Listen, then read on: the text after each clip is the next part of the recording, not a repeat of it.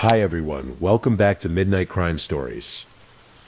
I know many of you enjoy listening to these videos as you fall asleep, so before you drift off, I'd love for you to leave a comment letting me know where in the world you're tuning in from. And if you're enjoying the story, don't forget to like and subscribe. Alright, now let's get comfortable, relax, and dive into tonight's stories. Story 1. Maplewood was a quiet community nestled between pine-covered hills and a misty lake, located in the northwestern corner of Vermont. It was the kind of town where generations of families had lived side by side, where the changing seasons dictated the rhythm of daily life. In the early 1980s, before cell phones and social media connected everyone instantaneously, Maplewood operated on trust and familiar routines. The kind of place where people left doors unlocked and neighbors knew each other's schedules.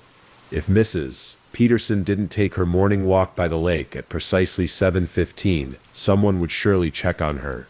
The town centered around a main street with storefronts that had barely changed since the 1950s. A hardware store run by the Thompson family for 3 generations, a small grocery with locally sourced produce, and the Lakeview Diner, where gossip flowed as freely as the coffee. Beyond the town center stood the old library, a Victorian structure with large windows that caught the morning light. Behind it, a small park stretched down to the shores of Lake Maplewood, where summer days saw children swimming and winter transformed the surface into a natural ice rink. The rain we hear tonight is reminiscent of the frequent storms that would roll across the lake, sending residents hurrying home or into the nearest shop for shelter. Those rainy days were perfect for visits to the library, where Elaine Morgan would help patrons find the perfect book to accompany the weather. During autumn, like when our story begins, the rain would dislodge crimson and golden leaves from the maples that gave the town its name, creating a tapestry on the ground that crunched beneath residents' feet. The town existed in relative isolation, with the nearest city being over an hour's drive away. This separation from urban life fostered a close-knit community where everyone played a role in the town's collective story. Elaine Morgan had been the town librarian for almost 11 years when she disappeared. At 42, she was known for her morning walks and charitable work at the local library, particularly her Saturday morning reading programs for children. She lived alone in a small blue house 3 blocks from the library, a place filled with books and mementos from her travels around New England. Divorced 5 years earlier, Elaine had maintained a friendly relationship with her ex-husband Robert, who had moved to Boston but visited occasionally. Locals described her as thoughtful and organized, someone who remembered everyone's reading preferences and birthdays. Sheriff Thomas Donovan had served the community for 15 years. With salt and pepper hair and a deliberate way of speaking, he inspired confidence in the townspeople. His approach to law enforcement was personal. He knew every resident, their histories, their troubles. He considered himself more of a peacekeeper than a police officer. Margaret Wilson was Elaine's closest friend and the town's only doctor. The 2 women had a standing Thursday dinner date at Margaret's house on the lake's north shore. They'd met when Elaine first moved to town, and had formed a bond over their shared love of mystery novels. The elderly Porter sisters, Beatrice and Clara, lived across from the library, and watched the comings and goings with keen interest. They'd been in Maplewood their entire lives and considered themselves unofficial town historians. Nothing escaped their notice. James Cooper owned the local hardware store, and served as town council president. His family had been in Maplewood for generations, and he took pride in preserving its character. He had occasionally asked Elaine to dinner over the years, invitations she politely declined. Newcomer David Winters had moved to town just 6 months before Elaine's disappearance. He'd purchased the old Carson property on the lake's edge, and kept mostly to himself, working as a freelance photographer. His presence had stirred curiosity among residents used to knowing everything about their neighbors. These were the people who gathered at the small diner where most locals met daily, sharing news over mugs of coffee that never seemed to empty. They formed the tight circle that would be shaken by what happened on that rainy Thursday in October 1983. That Thursday began like any other in Maplewood. Elaine Morgan opened the library at precisely 9 a.m. as a light rain began to fall. Several patrons recalled seeing her shelving books in the reference section around noon, wearing her characteristic cardigan blue that day, and with reading glasses perched on top of her head. Mrs. Porter borrowed a cookbook just after lunch and mentioned that Elaine seemed distracted, checking her watch frequently. This wasn't entirely unusual. Elaine was meticulous about timing, but Mrs. Porter noted it because Elaine had to ask her to repeat her question about when the book was due. Elaine locked the library at 6 p.m. according to the library schedule, and was seen by Mr. Landon from the grocery store, walking not toward her home as usual, but in the direction of the lake path. The rain had intensified by then, and Mr. Landon remembered thinking it strange that Elaine didn't have an umbrella. That was the last confirmed sighting of Elaine Morgan. It wasn't until the library called her home the next morning, when she failed to arrive to open the building, that anyone realized something might be wrong. Margaret Wilson, concerned that her friend had missed their dinner date the night before without calling, joined Sheriff Donovan in checking Elaine's house. The small blue home was undisturbed. The porch light had been left on.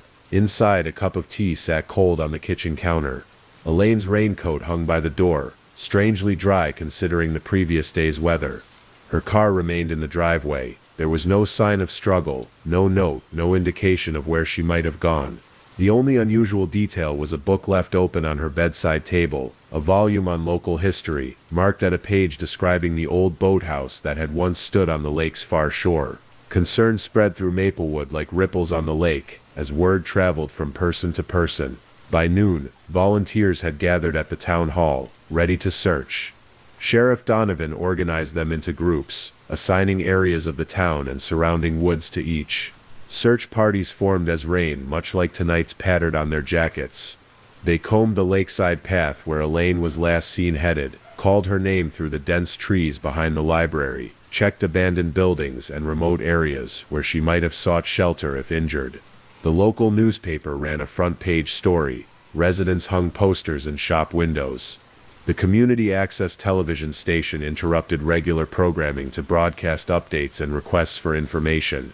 By Sunday, 3 days after Elaine's disappearance, state police had joined the search, bringing dogs that tracked her scent from the library to the lake path, where it vanished near the water's edge. This discovery prompted a search of the lake itself, with divers exploring the murky waters near the shore, where Elaine was last headed. They found nothing, no clothing, no personal items, no sign of what might have happened. A week passed. Then too. The intensive search scaled back as hope dimmed.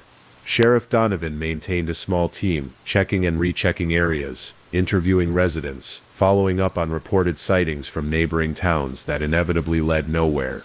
The rain continued to fall intermittently that month, washing away what fragile evidence might have remained. 3 weeks into the search, a hiker discovered Elaine's library keycard half buried in mud near an old logging trail on the far side of the lake, nearly 2 miles from where she was last seen. The card was dirty but undamaged, as if it had been dropped rather than exposed to the elements for weeks. Sheriff Donovan expanded the search area, focusing on the dense woods surrounding the trail. Volunteers again came forward, combing the underbrush inch by inch. They found nothing more. No clothing, no handbag, no additional personal items. The discovery of the key card raised questions. Had Elaine gone hiking in the rain? If so, why? And why hadn't she taken her raincoat? Had someone else placed the card there to mislead investigators? Sheriff Donovan began interviewing residents again, looking for any detail that might have been overlooked. He paid particular attention to Elaine's interactions in the days before her disappearance. Library records showed nothing unusual in her work patterns. The last book she had checked out for herself was a volume on native plants of Vermont. Checking through the library's visitor log, Donovan noted that David Winters, the newcomer photographer, had been in the reference section the afternoon Elaine disappeared. When questioned, Winters confirmed this, but said he hadn't spoken with her beyond requesting help finding a book on local landscapes. A mysterious phone call to the library, recorded in Elaine's neat handwriting in the message log, turned out to be from a publisher regarding a collection of local historical photographs Elaine had been helping to compile. Nothing suspicious. Margaret Wilson provided insights into Elaine's state of mind from their recent conversations. Elaine had mentioned feeling watched while walking home the previous week, but had laughed it off as the result of reading too many mystery novels. She had also spoken of possibly taking a trip to visit her sister in New Hampshire, though no specific plans had been made. As months passed, habits changed. Doors were locked. Parents no longer allowed children to play unsupervised by the lake. The community that had once operated on trust now experienced the uneasy feeling of suspicion. People noticed when neighbors acted differently or kept unusual hours. The case received statewide attention for a time. Elaine's ex-husband Robert came from Boston to assist with the search and spoke at a community meeting, describing her as level-headed and unlikely to vanish voluntarily. He stayed for 2 weeks before returning to his life, visibly affected by the lack of answers. With winter came a blanket of snow, covering any remaining evidence. The frozen lake, once a place of winter recreation, remained largely deserted that season. The search officially continued, but with diminishing resources and fading hope of resolution. Whispers and theories continued over coffee at the diner, over grocery store encounters, across fences between neighbors. Some thought Elaine had simply left town to start over elsewhere, though this theory was undermined by her abandoned car and possessions. Others feared she had met with an accident in the woods or lake. A few voiced suspicions about various community members, from her ex-husband to the quiet newcomer David Winters. The library remained closed for a month after her disappearance, reopening with a substitute librarian from the next town over. A small memorial of flowers and books appeared beside the front desk, growing smaller as the months passed, but never disappearing entirely. By the 1-year anniversary of Elaine's disappearance, the active investigation had been reduced to occasional reviews of the case file. Sheriff Donovan kept a photo of Elaine on his desk, a reminder of unfinished business. The town held a small remembrance ceremony in the park behind the library, releasing lanterns onto the lake in her memory. Life in Maplewood gradually found a new rhythm, altered by the mystery but continuing forward. The case went cold, one of thousands of unsolved disappearances across the country. Nearly 15 years later, long after most had resigned to never knowing what happened to Elaine Morgan, Maplewood had changed. Some businesses had closed, new families had moved in, and the library had been renovated with a reading room dedicated to Elaine's memory.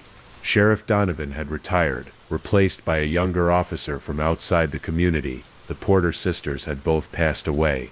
Margaret Wilson still practiced medicine in town, but rarely spoke of her missing friend. A renovation at the old post office revealed something unexpected in the summer of 1998.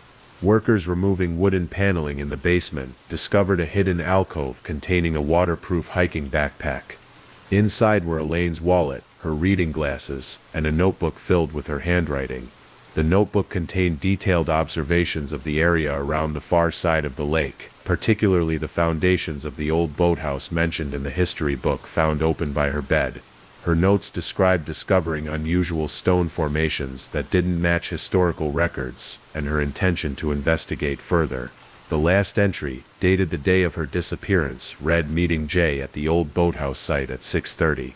He says he's found something that changes everything we know about the settlement. Taking camera."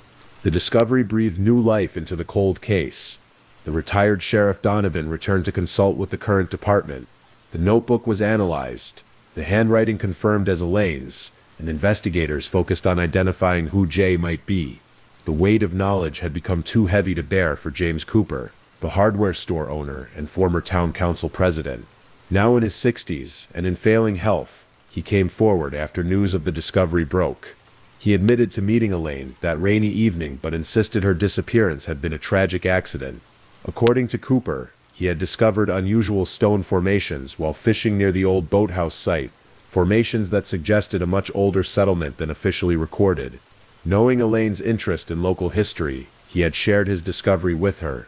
They arranged to meet at the site after the library closed. Cooper claimed that Elaine had arrived excited about the historical implications. While examining the stones near the water's edge, she had slipped on the rain-slick rocks and fallen, hitting her head on a boulder, and then sliding into the deep water. He had attempted to save her but couldn't reach her in the darkness and storm. Panicked and afraid of being blamed, Cooper had hidden Elaine's backpack in the post office where he served on the renovation committee. He had planted her keycard on the trail to divert attention from the boathouse area. What seemed unrelated at the time now formed a pattern. Cooper's increased involvement in the search, his specific suggestions about where to look, his eventual proposal to scale back when efforts approached the true location, all made sense in retrospect. Sheriff Donovan, now retired, recognized the significance immediately when shown Cooper's statement. He recalled Cooper's insistence that the lake had been thoroughly searched when divers had actually focused on the area nearest the town, not the remote boathouse foundation. A search of the lake near the old boathouse foundations finally recovered Elaine's remains, confirming aspects of Cooper's account. The medical examiner determined she had indeed suffered a head injury consistent with a fall onto rocks. The truth had been hidden in plain sight all along, beneath the waters of Lake Maplewood, and in the conscience of a man who had been respected in the community for decades. James Cooper was arrested and charged not with murder, but with obstruction of justice and improper disposal of human remains. Motivated not by malice, but by a tragic misunderstanding and subsequent fear, he had allowed the town to suffer uncertainty for 15 years. The courtroom was silent as the verdict was read, guilty on all counts. Cooper was sentenced to 5 years in prison, his age and health considered in the relatively lenient sentence. He offered a public apology to the community and to Elaine's family, expressing profound remorse for his actions and inactions. For Elaine's sister, the answer brought complicated emotions, relief at finally knowing, anger at the years lost to uncertainty, and grief renewed by the recovery of her sister's remains. She spoke at a community memorial service, thanking the town for never forgetting Elaine, and expressing hope that the resolution would bring peace to all who had been touched by the mystery. The investigation confirmed that Elaine's death had indeed been accidental. The stones she had been examining were later determined by archaeologists to be significant, evidence of a previously undocumented indigenous settlement that predated the town's official history by centuries. Margaret Wilson established a scholarship in Elaine's name for students interested in local history and library science. The reading room in the library expanded to include a small museum featuring the archaeological findings from the lake shore, a bittersweet fulfillment of what would have been Elaine's passion project. Robert, Elaine's ex-husband, attended the memorial service and helped establish the museum, finally finding closure after years of wondering. David Winters, the newcomer, who had been viewed with suspicion, contributed photographs of the lake and surrounding landscape for the exhibit. Maplewood changed after that day. The resolution of Elaine's case removed a shadow that had hung over the community for a generation. Parents once again allowed their children to play by the lake. The town's relationship with its past deepened, acknowledging both the indigenous history, revealed by Elaine's final discovery, and the more recent history that included her story. The investigation changed how rural communities approached missing persons cases throughout the region. The importance of thoroughly documenting and preserving even seemingly insignificant details was emphasized in law enforcement training, with Elaine's case used as an example of how small overlooked elements could eventually lead to resolution. Sheriff Donovan still visits the memorial bench by the lake each year, on the anniversary of the case's resolution. Now in his 80s, he often sits quietly watching the water, perhaps reflecting on how the community's trust was both broken and ultimately restored through truth. The library continues to serve as the heart of Maplewood, with Elaine's influence felt in its programs and collections. The children who once attended her Saturday morning readings now bring their own children to similar events, keeping a tradition alive across generations.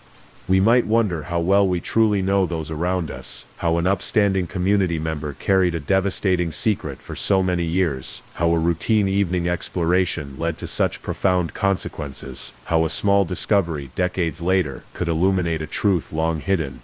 Perhaps most poignantly, we might reflect on how Elaine's passion for uncovering history led to her becoming part of that very history, her name now permanently associated with both the archaeological discovery and the cautionary tale of how fear and panic can compound tragedy. Elaine is remembered not for how her life ended, but for her contributions to the community, her dedication to knowledge, and ultimately, for bringing to light a deeper understanding of the land upon which Maplewood was built. The rain continues to fall on Maplewood, much as it did that night in October 1983. It falls on the lake that held secrets for so many years, on the library that stands as Elaine's legacy, on the memorial bench where visitors sometimes leave wild flowers. If you're still awake and listening, please don't forget to comment where you're listening from and the current time in your corner of the world. Also, be sure to like this video and subscribe if you haven't already, so you don't miss our daily true crime stories for sleep. Now, let's move on to our next story. Story 2. Crater Lake in late summer carries a distinctive character all its own. By August, when our story begins, the snow that blankets the caldera for much of the year has fully retreated, revealing meadows bursting with wildflowers, lupines and paintbrush creating sweeps of purple and red against the green backdrop. The lake itself seems to shift between shades of blue throughout the day. In early morning, it appears almost navy in the shadow of the caldera walls, but as the sun climbs higher, the water transforms into that iconic sapphire blue, so vibrant it almost appears artificial to the human eye. During these late summer days, temperatures at the lake typically reach the comfortable mid-70s, though evenings cool rapidly once the sun begins to set behind the western rim. The clear mountain air carries the scent of sun-warmed pine and fir, mingling occasionally with the sweet fragrance of wildflowers. When breezes sweep across the higher meadows, wildlife becomes more visible during this season. Black-tailed deer emerge from the forests to graze in open areas during the golden hours of early morning and late afternoon. Golden-mantled ground squirrels dart between rocky outcroppings, gathering seeds for the coming winter. Bald eagles can occasionally be spotted soaring overhead, riding thermal currents that rise from the sun-warmed caldera walls. Though rarely seen, black bears and mountain lions inhabit the more remote sections of the park, maintaining their distance from the areas frequented by tourists. The story of Crater Lake's formation reads like a chapter from Earth's most dramatic moments. Approximately 7,700 years ago, Mount Mazama, once a towering peak in the Cascade Range standing over 12,000 feet tall, experienced a cataclysmic eruption. The mountain literally collapsed inward, creating a caldera 6 miles wide and nearly 4,000 feet deep. Over the centuries that followed, rainfall and snowmelt gradually filled this massive depression, creating what we now know as Crater Lake. With no rivers flowing in or out, the water's remarkable clarity comes from this pure source. Only precipitation replenishes what evaporation removes. Native American tribes of the region, particularly the Klamath people, incorporated the mountain and its dramatic transformation into their oral traditions. For them, the eruption represented a battle between the chief of the below world and the chief of the above world. These stories have been passed down through generations, maintaining a spiritual connection to this remarkable landscape long before it became a national park in 1902, making it the 5th oldest national park in the United States. It was into this ancient and majestic landscape that Charles Palmer ventured in August 2023. At 36 years old, Palmer had established himself as a respected wildlife photographer, whose work frequently appeared in nature magazines and conservation publications. His specialty lay in capturing animals in their natural habitats, often requiring extraordinary patience and wilderness skill to document intimate moments without disturbing his subjects. Standing 6 feet tall with an athletic build maintained through regular hiking expeditions, Palmer's physical appearance reflected his outdoor lifestyle. Friends described his weathered face as having permanent laugh lines around his eyes, evidence of countless hours squinting into viewfinders under bright skies. With brown hair typically kept somewhat shaggy under a well-worn baseball cap, he cultivated the casual appearance common among professional outdoorsmen. Those who knew Palmer well consistently described him as methodical and careful, someone who left little to chance when planning his expeditions. Charles always had contingency plans for his contingency plans, his former colleague Marcus Delano would later tell investigators. He respected nature enough to never take unnecessary risks. This characteristic made the circumstances of his disappearance all the more perplexing to those familiar with his habits. Palmer's personal life had experienced significant upheaval in the months preceding his trip to Crater Lake. After 8 years of marriage, he and his wife Elena had finalized their divorce just 4 months earlier.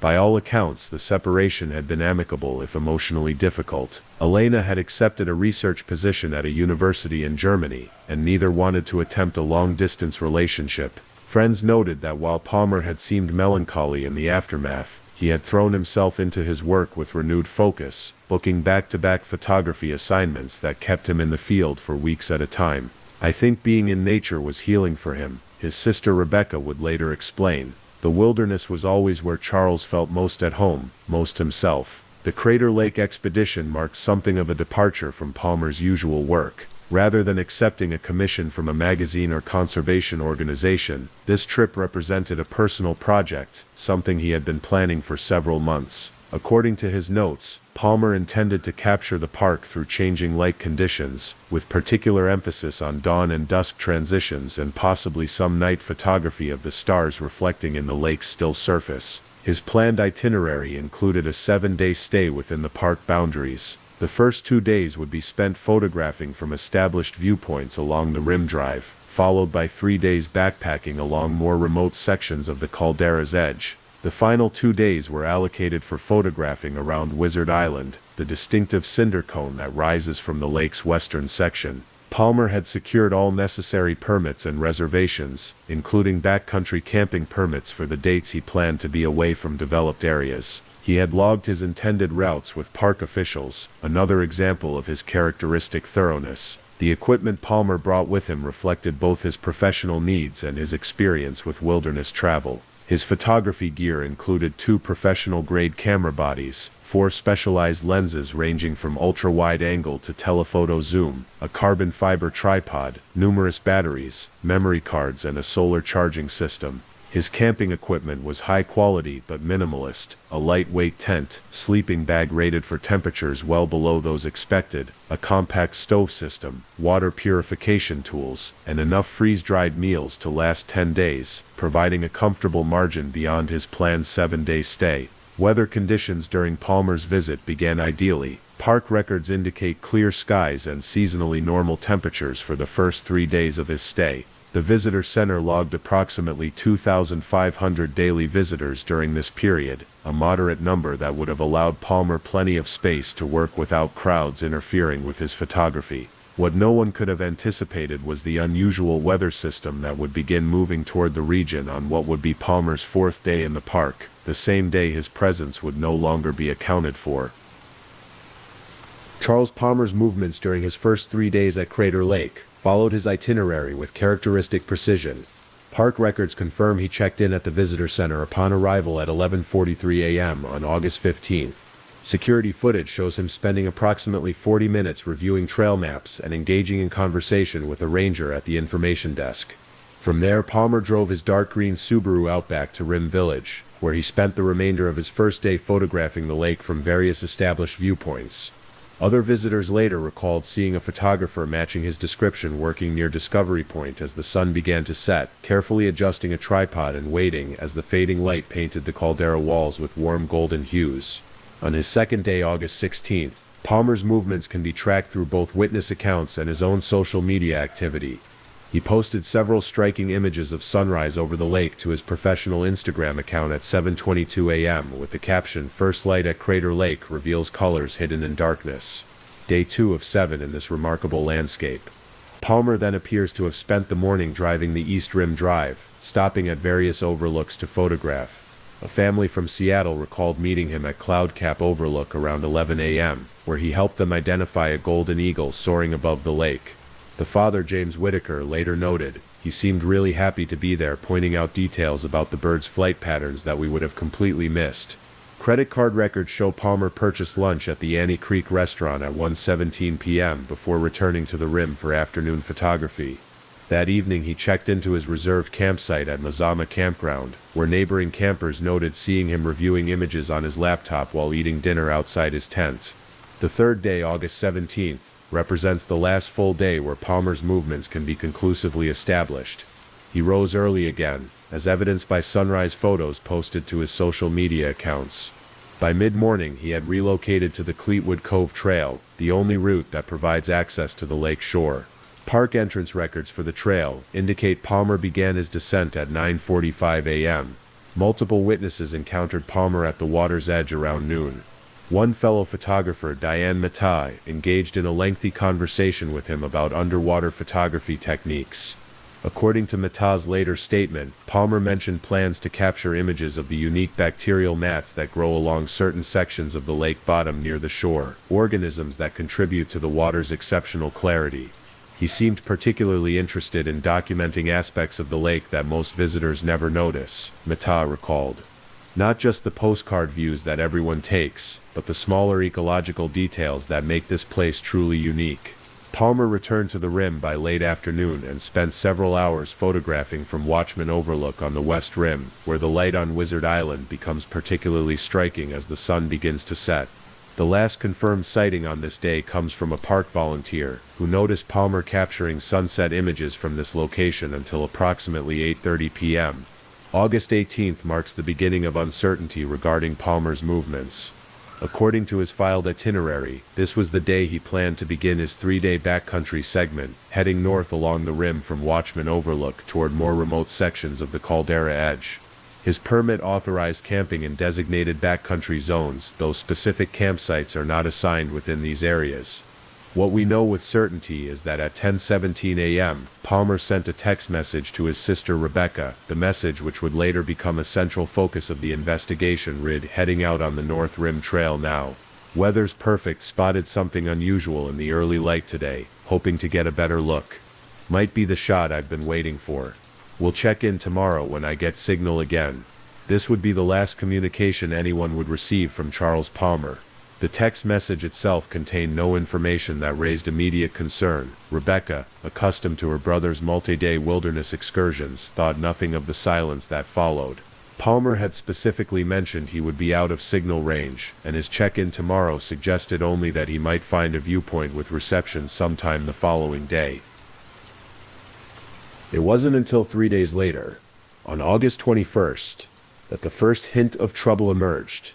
According to park protocol, rangers routinely check parking areas for vehicles that have remained stationary for extended periods, particularly when they're parked in day-use areas rather than campgrounds.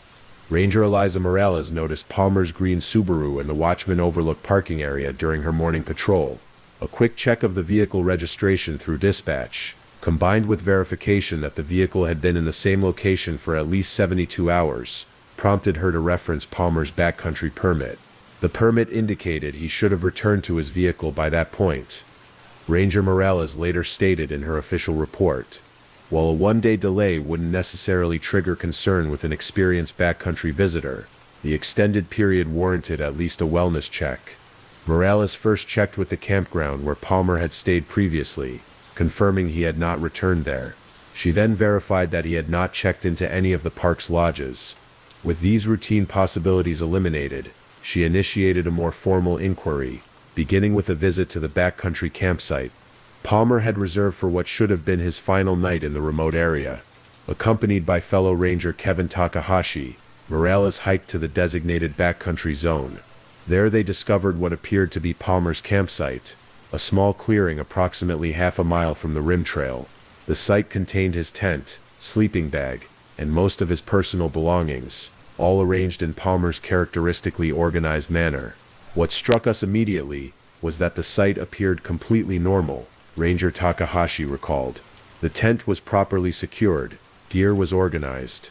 It looked like someone who had set up camp and then left for a day hike with plans to return. The ranger's careful inventory of the site revealed several significant details. Palmer's backpack was present, containing his wallet, park permit, extra clothing, and cooking equipment. His laptop was securely stored in a waterproof case inside the tent. Missing, however, were his primary camera, his favorite wide-angle lens, his tripod, a water bottle, and a small day pack he typically used for shorter excursions. It had all the appearances of someone who intended to return within hours, Ranger Morales noted. Even his freeze-dried dinner was sitting out on the picnic table, apparently ready to be prepared upon his return. This discovery transformed what had been a routine check into the beginning of a search operation.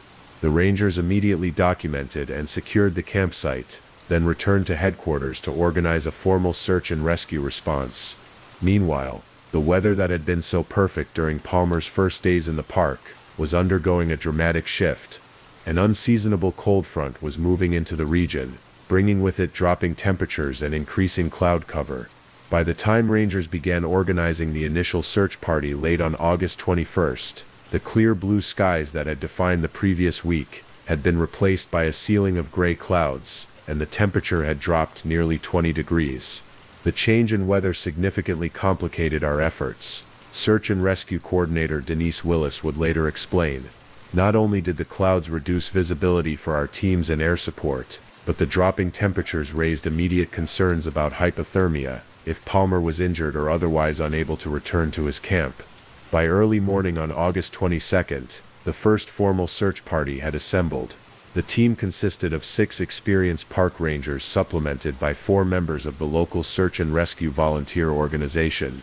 Operating under standard protocol, they began by thoroughly examining a 1-mile radius around Palmer's campsite, paying particular attention to the rugged terrain closer to the caldera rim where falls or injuries were most likely.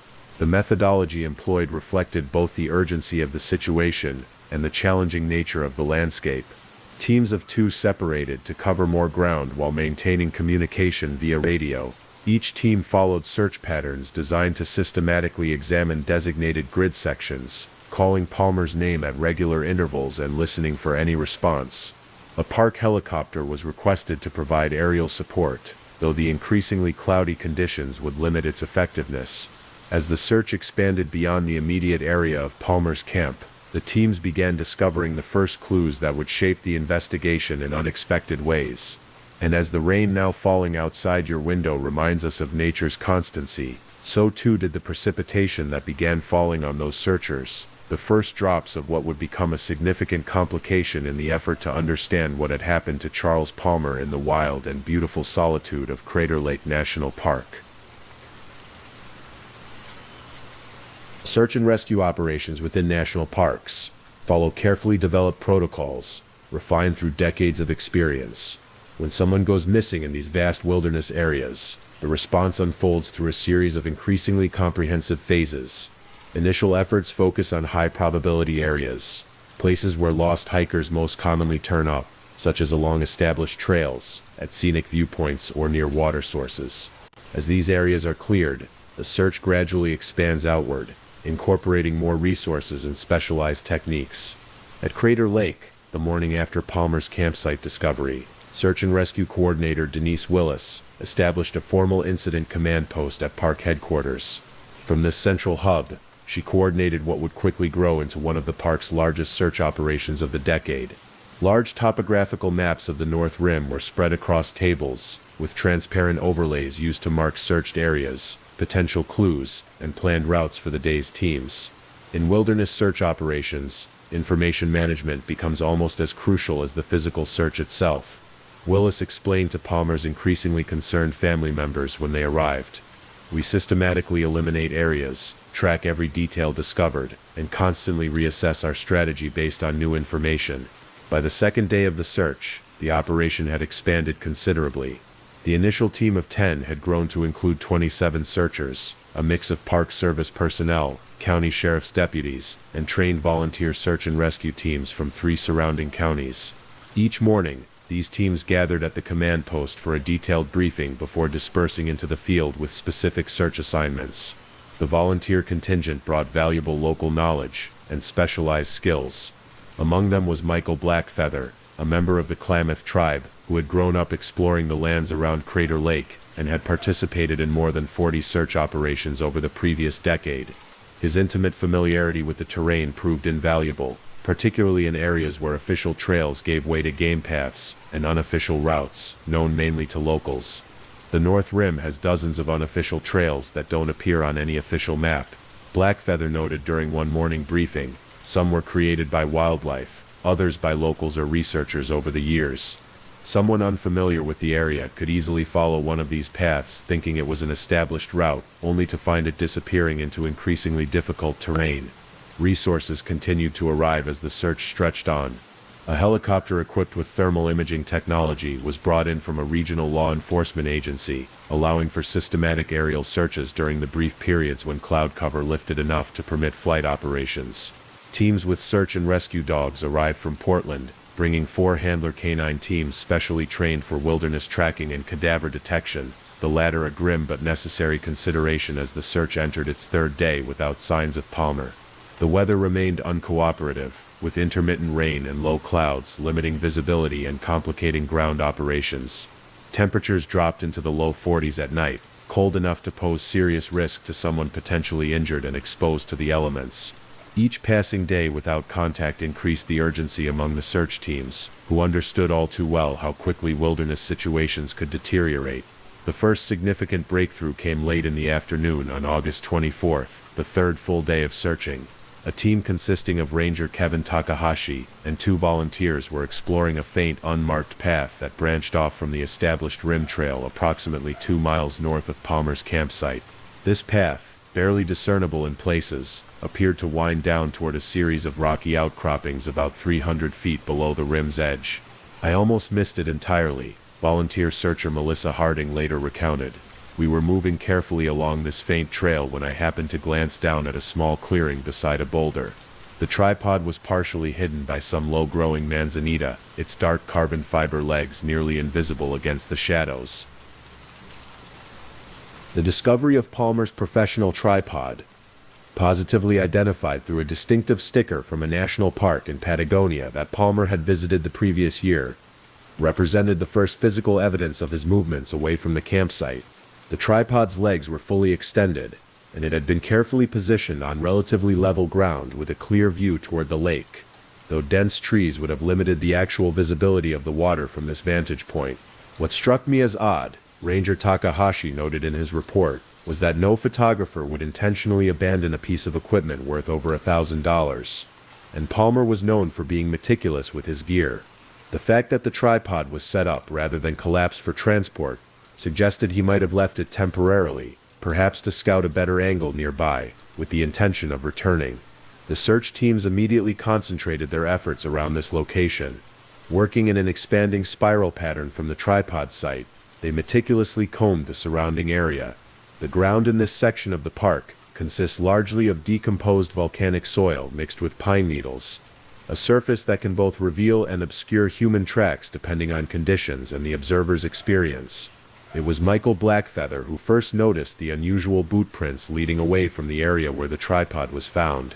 Unlike the standard lug sole patterns of hiking boots worn by most park visitors, these prints showed a distinctive zigzag pattern along the outer edge, matching the specialized Vibram soles of the hiking boots Palmer was known to wear.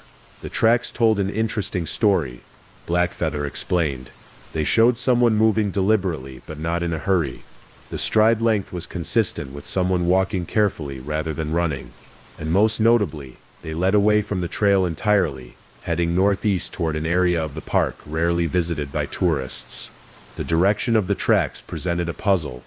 They led away from both the established rim trail and the unofficial path where the tripod was discovered, instead heading into a section of dense forest that gradually sloped downward toward a series of ravines known locally as the Shadow Canyons, narrow, steep-sided gullies where sunlight rarely penetrates fully, even at midday." This discovery prompted the deployment of the search dog teams. 4 handler canine pairs were brought to the tripod location and given items from Palmer's campsite containing his scent. The dogs initially followed the same track identified by Blackfeather, moving confidently through the forest in a northeasterly direction for approximately half a mile. What happened next added another layer of mystery to the search. At a small clearing surrounded by old-growth pines, all 4 dogs exhibited similar confused behavior. They circled the area repeatedly, sniffing the ground with increasing agitation before sitting down, the trained indication that they had lost the scent trail.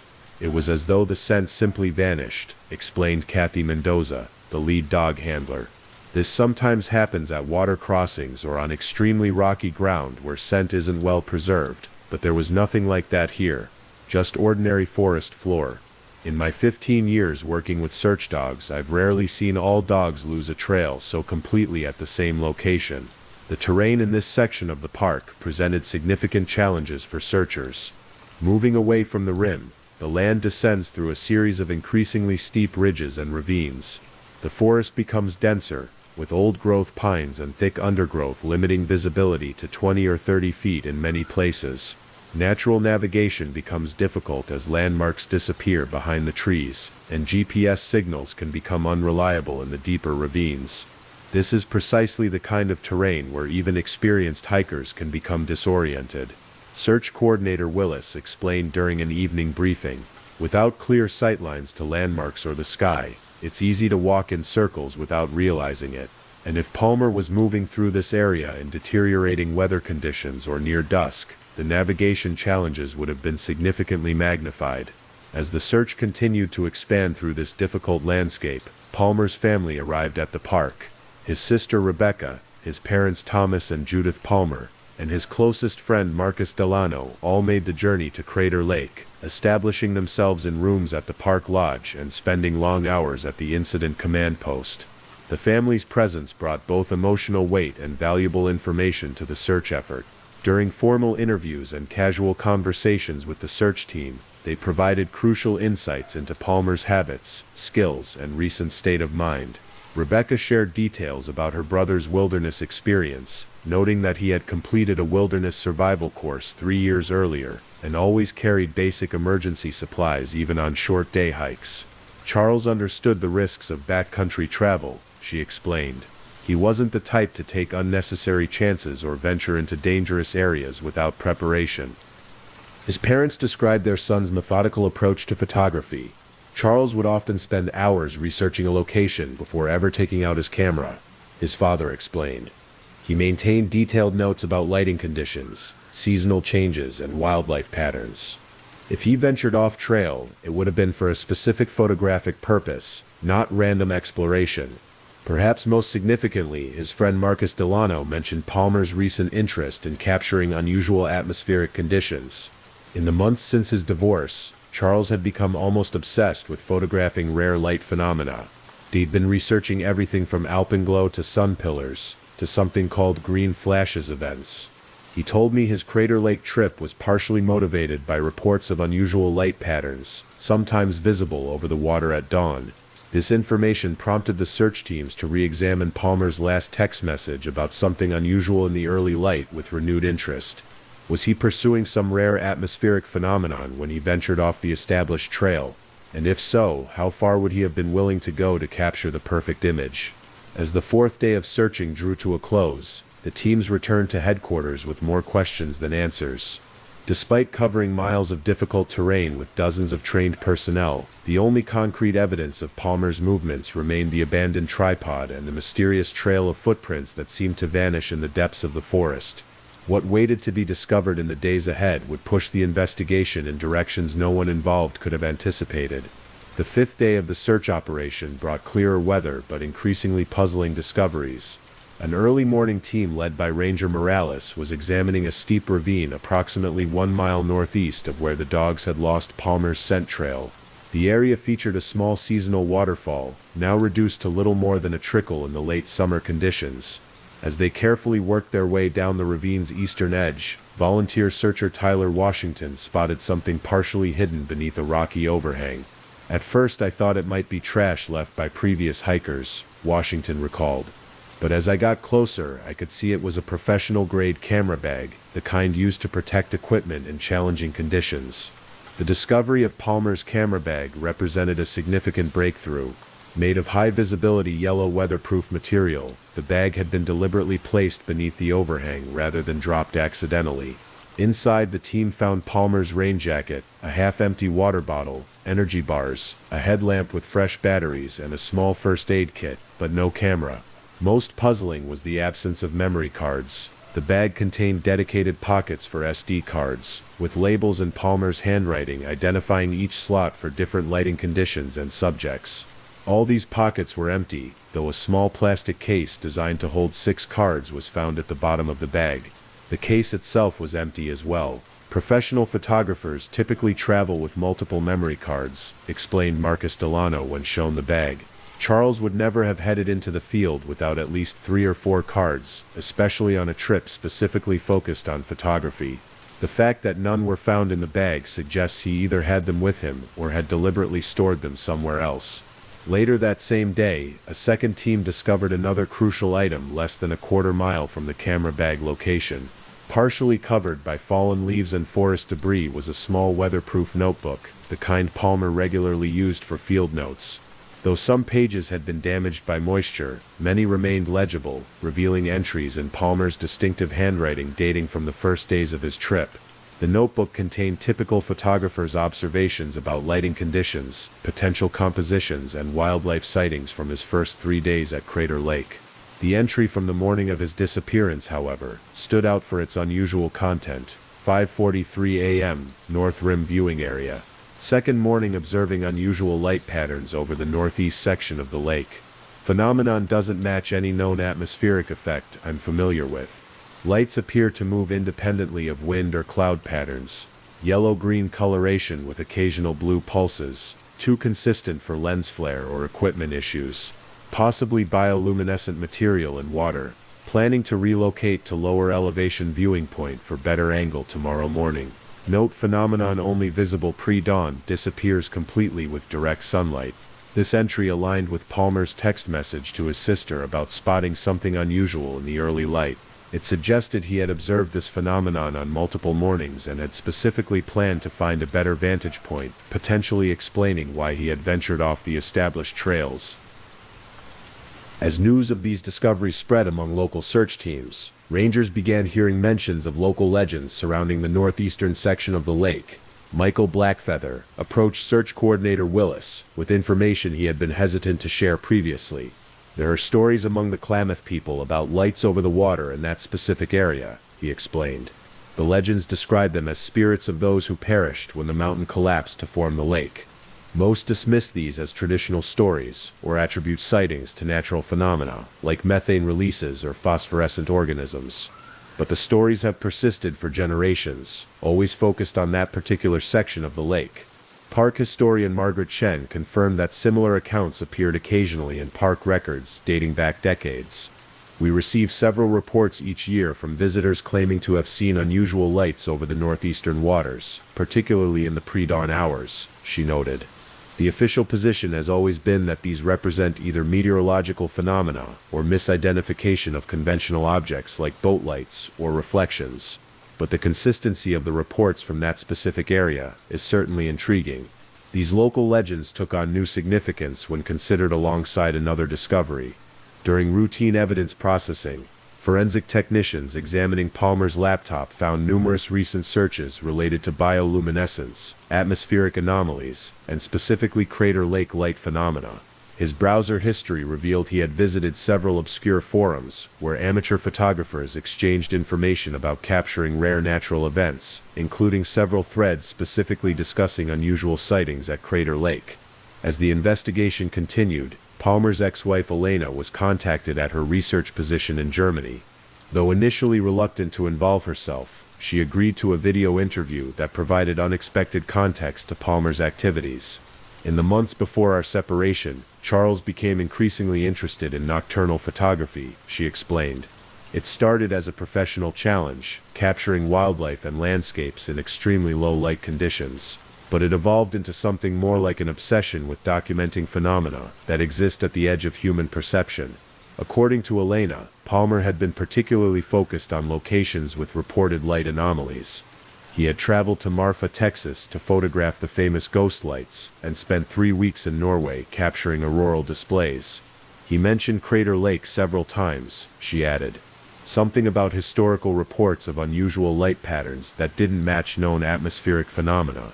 He was convinced there was something unique about the lake that hadn't been properly documented. This information painted a clearer picture of Palmer's possible motivations, but didn't explain his disappearance or the scattered trail of equipment. The investigation took another unexpected turn on the 6th day, when a search team discovered signs of an unauthorized campsite approximately half a mile from where Palmer's camera bag had been found. Unlike Palmer's meticulously organized official campsite, this location showed evidence of someone camping with minimal equipment, a small area cleared of debris, where a tarp or small tent had been placed, a rudimentary fire ring containing ashes from multiple fires, and a cache of empty food packaging carefully stored in a sealed plastic container to prevent wildlife attraction. Whoever created this camp was experienced in low-impact wilderness techniques, noted Ranger Takahashi. They deliberately selected a site that would be difficult to spot from any trail, used existing fallen wood for their fires rather than breaking branches, and properly stored their trash. This wasn't casual campers or partying teenagers. This was someone who knew how to remain undetected in the backcountry. Park records confirmed no permits had been issued for camping in this area during the relevant time frame. The age of the site was difficult to determine precisely, but the condition of the ashes and some partially deteriorated food packaging suggested it had been used repeatedly over a period of at least several weeks. Most intriguing was a small rock cairn, a stack of 7 stones carefully balanced at the edge of the clearing. When the top stone was removed, searchers discovered a small waterproof container buried in the soil beneath. The container was empty, but its presence suggested it had been used as a drop box of some kind, a place to leave or retrieve items without carrying them continuously. The unauthorized campsite raised the possibility that Palmer had not been alone in that section of the park. Could he have encountered another person during his exploration of the area? If so, who were they, and why were they camping without permits in one of the more remote sections of the park? Evidence technicians carefully examined the site, collecting soil samples, fingerprints from the plastic food container, and measurements of boot prints found in the softer soil near the fire ring. Initial analysis indicated the prints came from at least 2 different individuals based on size and tread pattern. One set potentially matching Palmer's distinctive Vibram soles, the other from a smaller boot with a different pattern. When cross-referenced with park entrance records, investigators found no registered visitors whose known footwear matched the second set of prints. This suggested either someone who had entered the park without passing through official entrances, or an individual who had been in the backcountry for an extended period without registering their presence. We occasionally deal with so-called long-term wilderness occupants in the more remote sections of the park system, explained Ranger Willis. Individuals who essentially live off the grid in protected lands, moving their campsites periodically to avoid detection. Most are harmless, people seeking solitude or spiritual connection with nature, but their presence is still unauthorized and can complicate search and rescue operations when other visitors go missing. The possibility that Palmer had encountered such an individual added yet another dimension to the already complex investigation. Had he stumbled upon the unauthorized camp while pursuing his mysterious light phenomena? Had there been a confrontation, or perhaps a collaboration? The scattered nature of his equipment, the tripod in one location, camera bag in another, suggested movement across a considerable area, potentially over multiple days. As the search operation entered its second week, the accumulating evidence painted a picture of a mystery far more complex than a simple hiking accident. Palmer had ventured into remote terrain deliberately, apparently pursuing unusual light phenomena he had observed over the northeastern section of the lake. He had possibly encountered another person operating without authorization in the park's backcountry, and somewhere in that remote, challenging landscape, the answer to his disappearance waited to be discovered, along with Palmer himself, whose fate remained unknown as teams continued their increasingly urgent search through the deep forests and hidden ravines surrounding Crater Lake's northern rim. As the search for Charles Palmer entered its 10th day, a subtle but significant shift occurred in the nature of the operation. While teams continued to comb the rugged terrain of Crater Lake's north rim, the focus was evolving from a pure search and rescue mission to what officials carefully termed a multifaceted investigation. This transition reflected both the diminishing likelihood of finding Palmer alive after such an extended period, and the increasingly complex circumstances surrounding his disappearance. The discovery of the unauthorized campsite and evidence, suggesting another person's presence in the area, prompted park officials to request additional resources from federal law enforcement. Within 24 hours of this request, Detective Laura Mercer arrived from the National Park Service Investigative Services Branch, a specialized unit often referred to as the FBI of the national parks. Detective Mercer had built her career investigating complex cases in wilderness settings. Standing just under 5 feet 6 inches with prematurely silver hair typically pulled back in a practical braid, she carried herself with the quiet confidence of someone accustomed to piecing together puzzles from minimal evidence. Her approach to wilderness disappearances had become something of a model within the agency. The wilderness creates unique investigative challenges, Mercer explained during her initial briefing with the search team leaders. Physical evidence deteriorates rapidly due to weather exposure. Witness accounts are often limited or non-existent, and the subjects themselves frequently behave in ways that seem irrational until you understand the effects of factors like fatigue, disorientation, or hypothermia on human decision-making. Mercer's methodology emphasized what she called parallel investigation, simultaneously examining the physical evidence in the field, while building a comprehensive profile of the missing person's life, habits, and recent activities. This approach had solved numerous cases that initially appeared to be simple accidents or misadventure, but ultimately revealed more complex scenarios. People don't exist in isolation, she noted. Even in the most remote wilderness, we bring our histories, relationships, and motivations with us. Understanding who Charles Palmer was beyond his identity as a photographer might be just as important as finding his footprints in the forest. With this philosophy guiding her work, Mercer began by establishing a secondary command post focused specifically on the investigative aspects of the case. While search teams continued their methodical sweeps of the terrain, Mercer assembled a small team dedicated to examining Palmer's life in the months leading up to his disappearance. One of her first actions was to obtain Palmer's financial records through appropriate legal channels. These revealed several interesting patterns that added new dimensions to the investigation. In the 3 months preceding his Crater Lake trip, Palmer had made a series of substantial equipment purchases, significantly more than would be expected for a photographer already well established in his career. The records showed payments to specialized optical equipment suppliers, including a company that produced custom-modified cameras designed for extremely low-light photography. Palmer had spent nearly $7,000 on a single camera body modified to capture wavelengths beyond the normal visible spectrum, technology typically used for scientific research rather than conventional photography. Additionally, he had purchased several specialized filters designed to isolate specific light wavelengths, particularly in the blue-green spectrum that matched the unusual light patterns described in his field notes. These purchases suggested Palmer's interest in the Crater Lake phenomena went beyond casual curiosity. He had invested significant resources in equipment specifically designed to document whatever he believed was occurring over the lake's northeastern waters. These weren't impulse purchases, Detective Mercer observed. They represent months of research and thousands of dollars in specialized equipment. Whatever Palmer thought he was going to photograph at Crater Lake, he had been planning this expedition methodically for some time. Parallel to the financial investigation, Mercer's team began a deeper examination of Palmer's research activities. With permission from his family, they analyzed his online search history, email communications, and cloud storage accounts. This digital excavation revealed an extensive interest in local legends surrounding Crater Lake, particularly those related to unusual light phenomena. Palmer had accessed academic papers discussing bioluminescent organisms in deep freshwater lakes. He had downloaded historical accounts from early park rangers, describing strange lights over the water. Most notably, he had visited several obscure online forums where amateur researchers exchanged information about unexplained natural phenomena, focusing particularly on threads discussing Crater Lake. In one such forum, operating under the username Lightseeker, Palmer had engaged in extensive conversations with an anonymous user called Rim Watcher, who claimed to have spent significant time documenting unusual light patterns at Crater Lake. Their exchanges, spanning several months, showed an increasing level of trust and collaboration, culminating in Rim Watcher agreeing to share precise coordinates for optimal viewing of the phenomena.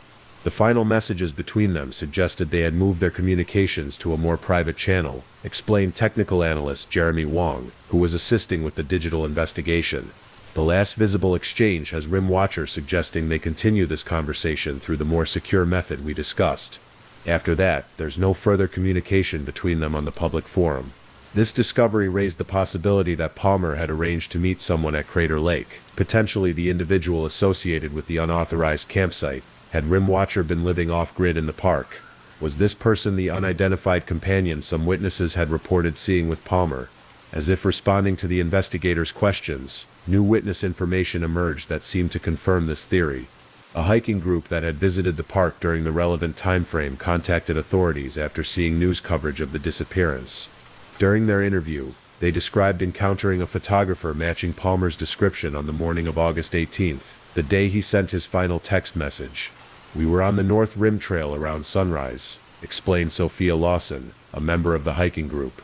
"We noticed this photographer because he had such professional-looking equipment. He was talking with another person, a shorter individual wearing a hooded rain jacket despite the clear weather. They seemed to be having an intense conversation while looking out over the lake. The photographer was gesturing toward the water while the other person was pointing toward the forest, away from the rim. When shown a photograph of Palmer, Lawson and 2 other members of her group confirmed he was the photographer they had seen. They could provide only limited details about his companion, describing them as shorter than Palmer, with their face partially obscured by the hood of their jacket. They couldn't confidently identify the person's gender or approximate age, only that they were wearing earth-toned clothing and carrying what appeared to be a well-worn backpack. What struck me was how they moved apart when they noticed us approaching, Lawson added. The hooded person quickly turned away and seemed to fall back while the photographer became very focused on adjusting his camera settings. It felt like we had interrupted something private. The hiking group reported the encounter had occurred around 6:30 a.m. near a viewpoint approximately half a mile south of where Palmer's tripod would later be discovered. This timing aligned with both Palmer's field notes about the pre-dawn phenomena and his text message sent later that morning. As Detective Mercer integrated this new information into the investigation, the weather at Crater Lake offered a brief respite from the challenging conditions that had plagued the search. For 2 days, clear skies and milder temperatures allowed for more comprehensive aerial surveys and enabled ground teams to access previously difficult terrain. The improved visibility revealed just how challenging the landscape truly was, a complex maze of ridges, ravines, and dense forest, where a person could be merely yards from a search team yet remain completely hidden from view. The topography here creates natural traps, explained Michael Blackfeather during an evening briefing. Ravines that look navigable from above often narrow to impassable squeezes, rock faces that appear climbable from one angle reveal sheer drops from another. Even experienced hikers can find themselves in situations where moving forward is impossible, and the way back isn't clear. These landscape challenges, combined with the increasingly complex narrative emerging from the investigation, led Mercer to pursue yet another avenue of inquiry. Working with technical specialists, she began analyzing Palmer's online activities in greater detail, particularly his communications with the mysterious Rim Watcher. Through digital forensic techniques, the team managed to identify an encrypted messaging app on Palmer's phone records that he had begun using approximately 2 months before his Crater Lake trip. While the content of these messages couldn't be recovered, the metadata revealed increasingly frequent communication with an anonymous user in the weeks leading up to his disappearance. The pattern suggests an evolving relationship, noted analyst Wong. Initial contact once every few days, gradually increasing to daily exchanges, and finally multiple messages per day in the week before Palmer left for Crater Lake. Whatever they were discussing, it had become a significant focus of his attention. Most tellingly, the final message in this exchange had been sent from Palmer's phone at 5:12 a.m. on August 18th. Approximately an hour before the hiking group encountered him with the unidentified companion, and several hours before his text to his sister about spotting something unusual. As the second week of the search operation concluded, clouds once again gathered over Crater Lake. The gentle rain that had been falling intermittently throughout the search became heavier, driven by gusty winds that bent the tops of the tall pines and created a constant susurration through the forest. Search teams returning from the field arrived soaked, and increasingly frustrated by the lack of conclusive evidence regarding Palmer's whereabouts. In the command center, Detective Mercer stood before the large map of the search area, studying the markers indicating where each piece of evidence had been found. The pattern told a story of movement, from Palmer's official campsite to the tripod location, then deeper into the forest where his camera bag had been discovered, and finally to the vicinity of the unauthorized campsite. But what came next in that narrative remained elusive. He was following something, Mercer observed quietly, or someone. The question is, where did that path ultimately lead? As rain drummed against the windows of the command center, that question hung in the air, unanswered but increasingly urgent as hope of finding Palmer alive dimmed with each passing day. The investigation had revealed unexpected depths to what had initially appeared to be a simple case of a hiker venturing off trail. Whatever Charles Palmer had discovered at Crater Lake, it had led him into a mystery that now extended far beyond the boundaries of the park itself. The seasons turned at Crater Lake. The summer warmth gave way to autumn's chill, and eventually winter's heavy snows blanketed the landscape, making continued search operations impossible in many areas. While limited investigative work continued, the active field search was suspended in late October, after more than 2 months of exhaustive efforts had failed to locate Charles Palmer or determine his fate. His family maintained a brave public face, establishing a foundation in his name to support wilderness safety education and search and rescue organizations. They offered a substantial reward for information leading to his discovery.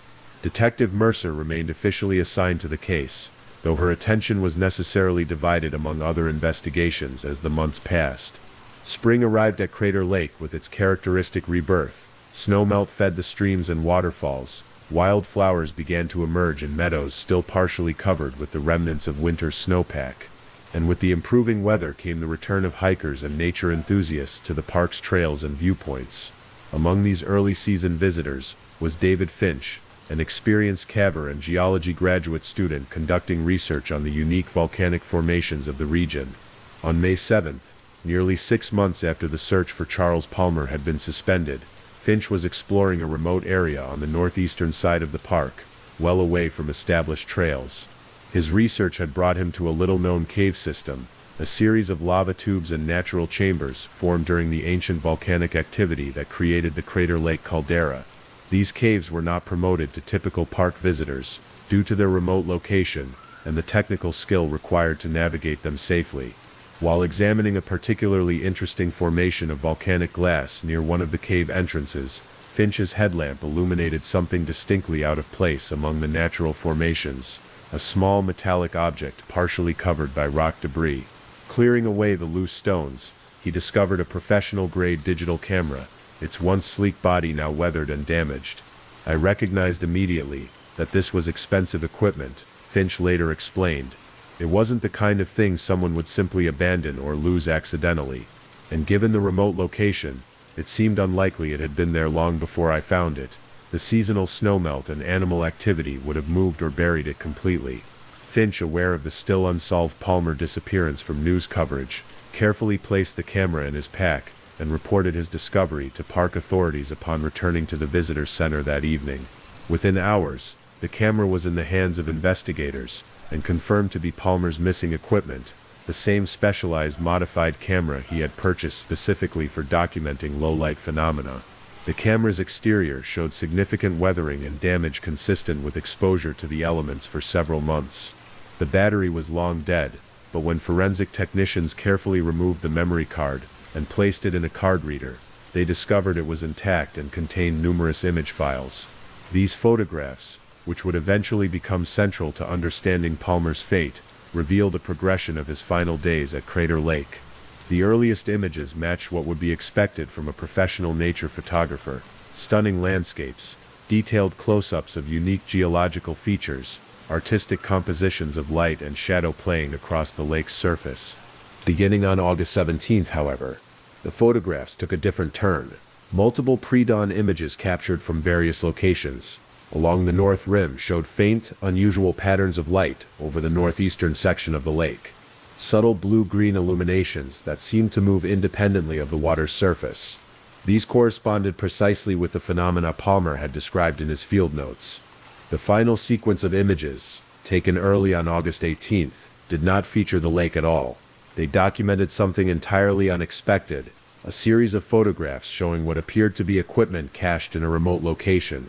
Animal traps, specialized containers, and several items that experts would later identify as tools used in the illegal collection of rare biological specimens. The last dozen photographs were taken in increasingly poor light conditions, suggesting Palmer had followed something or someone into the cave system where his camera would ultimately be discovered. These final images showed narrow passageways, unusual rock formations, and what appeared to be boot prints in the soft sediment of the cave floor. The very last photograph on the memory card was a blurry image that seemed to capture a human figure moving away from the camera, deeper into the cave system. Though the quality was too poor for positive identification, the silhouette matched descriptions of the hooded individual witnesses had reported seeing with Palmer on the morning of his disappearance. The discovery of the camera prompted an immediate resumption of search efforts, now focused specifically on the cave system where the equipment had been found. Using Finch's precise coordinates and his expertise as a caver, a specialized team was assembled to explore the extensive network of underground passages. On the third day of this renewed search, in a chamber approximately 800 feet from the cave entrance and nearly 70 feet below the surface, they discovered human remains. Dental records would soon confirm what Palmer's family had both feared and suspected for months. They had found Charles Palmer. The position and condition of the remains told a story of Palmer's final days. He appeared to have fallen from an upper level of the cave system, suffering significant injuries including a broken leg and hip. Despite these injuries, evidence suggested he had survived for several days following the fall. He had created a small camp around himself, using his backpack as a pillow and apparently rationing the limited water and food he carried. Most poignantly, investigators found a small weatherproof notebook clutched in Palmer's hand. The final entries, written in increasingly shaky handwriting, detailed his pursuit of what he had initially believed to be evidence of rare bioluminescent organisms in the lake, the mysterious lights that had drawn him to Crater Lake in the first place. The notebook revealed how Palmer's understanding of what he was documenting had changed dramatically in his final days. After encountering the individual known as Rim Watcher, Palmer had learned that the unusual light patterns were not natural phenomena at all, but rather the underwater headlamps of divers engaged in illegal activities during the pre-dawn hours. Following R.W. into the forest today, read an entry dated August 18th. Initially trusted their explanation about researching rare light phenomena, but something isn't right. Spotted equipment cache that doesn't match scientific research, more like collection or harvesting gear. Beginning to suspect illegal wildlife operation of some kind. Taking photographs as evidence. The final entries described Palmer's growing suspicion that he had stumbled upon an operation harvesting rare endemic organisms from Crater Lake, species that exist nowhere else on Earth, and are strictly protected by law, worth thousands of dollars in the international black market for unique biological specimens. These organisms would represent a lucrative target for wildlife traffickers. Followed tracks to cave entrance. Read one of the last legible entries. Suspect this is where they're processing and storing the collected specimens before transport. Need to document and report to park authorities. Will explore just enough to gather evidence. Then return to main trail and contact rangers. The final entry, its handwriting barely recognizable, told of Palmer's fall. Slipped on wet rocks while trying to photograph storage area. Bad fall. Leg definitely broken, possibly hip too. Can't climb back up. Have water and energy bars for maybe 3 days. No cell signal. Will conserve headlamp battery and wait for rescue. The medical examiner's report would later confirm that Palmer had indeed survived for several days after his fall. The cause of death was ultimately determined to be a combination of dehydration, exposure, and complications from his injuries. Had he been found within 72 hours of the accident, his survival would have been likely. With Palmer's final photographs and notes providing clear evidence of illegal wildlife trafficking, the investigation entered a new phase. Detective Mercer redirected resources toward identifying and locating the individual known as Rim Watcher, and uncovering the full extent of the trafficking operation.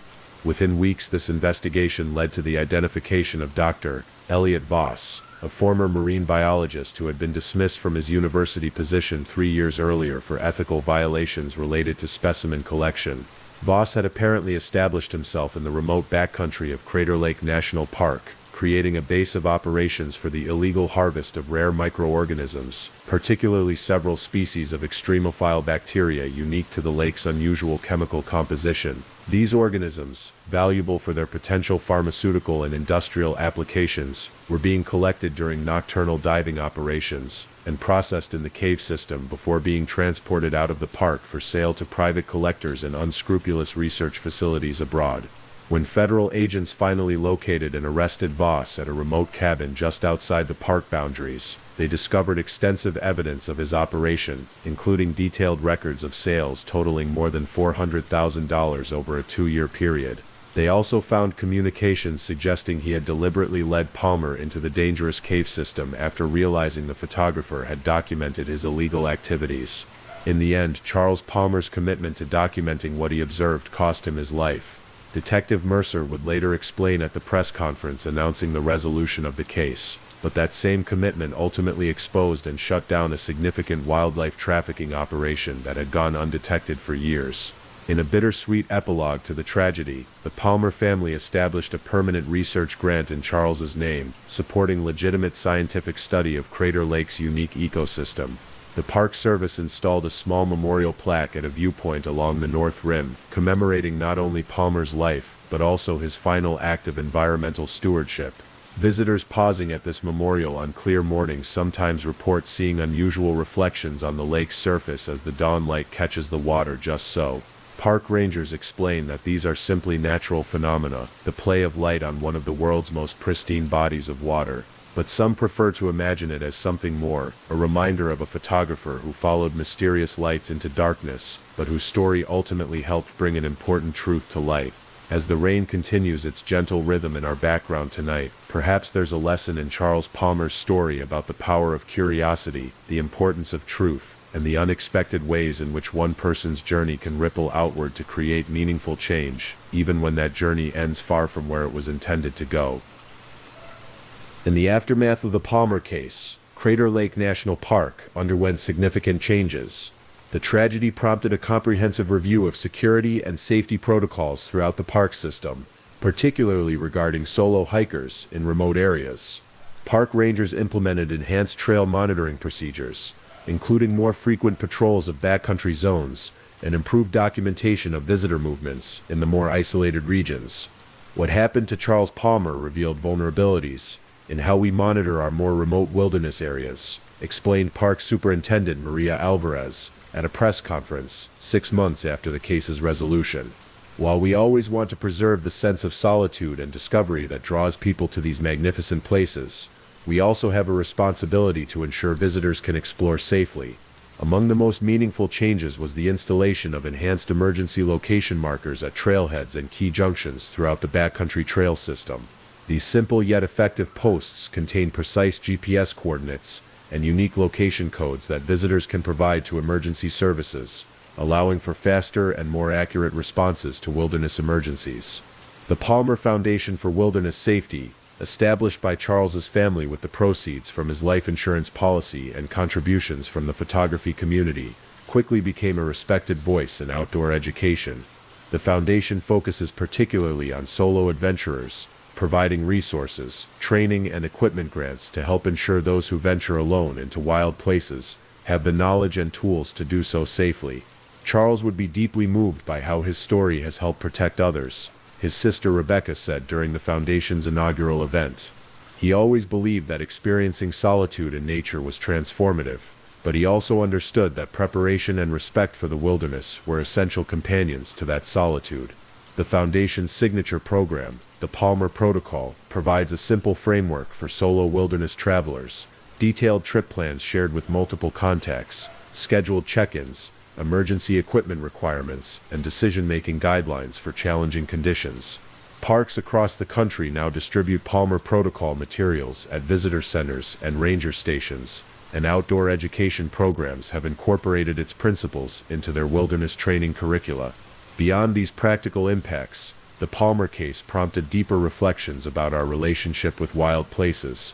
The dual nature of wilderness, its capacity to both heal and hide, became a central theme in discussions about park management and visitor experiences. The same solitude that draws people seeking spiritual renewal and personal growth can also conceal dangers and occasionally wrongdoing. The paradox of places like Crater Lake is that their very remoteness creates both their value and their vulnerability, wrote environmental philosopher Diana Kruger in an essay reflecting on the case. We seek these landscapes precisely because they exist beyond the reaches of our hyper-connected world, yet that same isolation can transform a minor mishap into a life-threatening emergency, or shield nefarious activities from supervision. For the rangers and search team members who had spent weeks looking for Palmer, the resolution brought a complex mixture of emotions. The confirmation of his death was heartbreaking, yet the knowledge that his documentation had exposed and stopped an environmental crime offered some meaning amid the tragedy. In my 23 years with the Park Service, the Palmer case affected me more deeply than any other, admitted Ranger Eliza Morales during an interview for the Foundation's educational materials. There's something particularly poignant about someone who lost their life while trying to protect the very place they loved. His final acts were those of stewardship, even as he must have known his situation was becoming desperate. The successful prosecution of Dr. Elliot Voss and 3 accomplices provided a measure of justice for the Palmer family.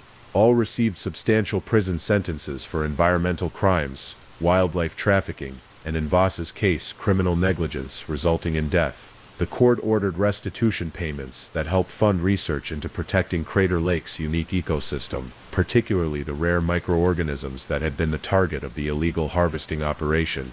Perhaps most importantly, Palmer's photographs, recovered from his camera's memory card, did more than just solve a crime. The images of Crater Lake that he captured in his final days have been exhibited in museums and galleries across the country, allowing thousands to experience the beauty he saw through his lens. The exhibition, simply titled Final Light, Charles Palmer's Crater Lake, concludes with educational materials about wilderness safety and environmental protection. In the years since Palmer's disappearance, visitors to Crater Lake's North Rim sometimes pause at his memorial plaque, gazing out over the impossibly blue waters that captured his imagination. Rangers note that wildflowers seem particularly abundant around the simple stone marker, as though nature itself acknowledges the presence of someone who sought to understand and protect its mysteries. For those who venture into wild places seeking solitude and beauty, the Palmer story serves as both a caution and an inspiration, a reminder that the natural world offers profound experiences to those who approach it with reverence and preparation, but also demands respect for its power and unpredictability. As we conclude this story tonight, perhaps you'll carry a piece of Charles Palmer's journey with you, not just his tragic end, but his curiosity, his passion for documenting the world's beauty, and his commitment to environmental stewardship. Though he never returned from his final expedition, his impact continues to ripple outward through improved safety protocols, enhanced environmental protections, and the countless wilderness adventurers who now travel a little more wisely because of what we learned from his experience. The rain outside your window continues its gentle rhythm, much as it falls even now on the forests surrounding Crater Lake.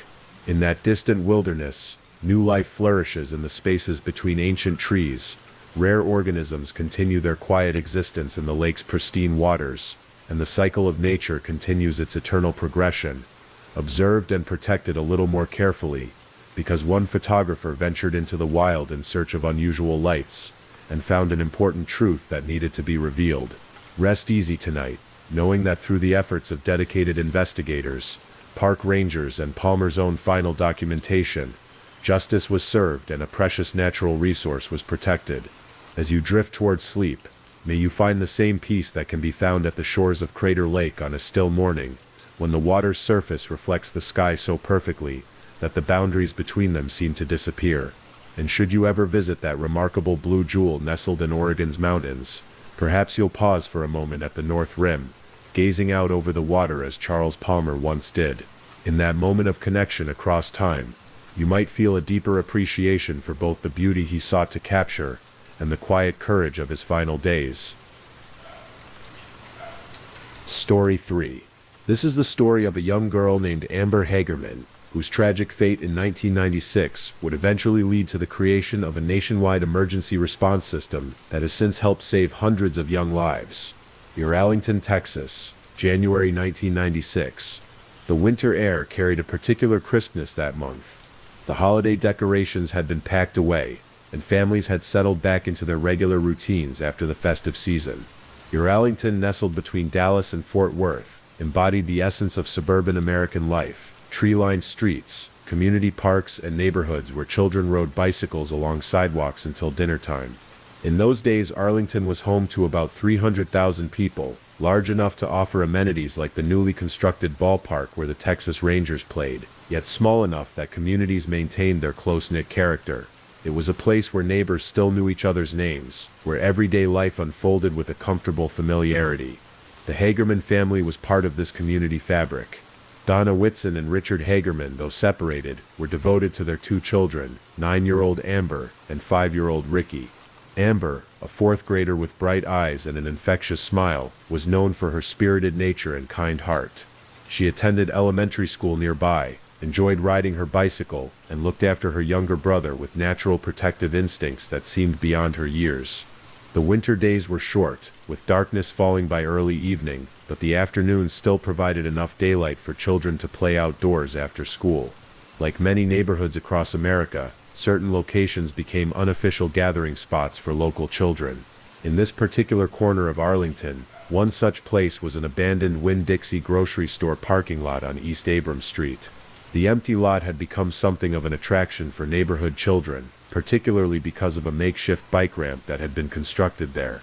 On weekends, the sound of bicycle wheels hitting the pavement and children's laughter often filled the air as they practiced jumps and tricks.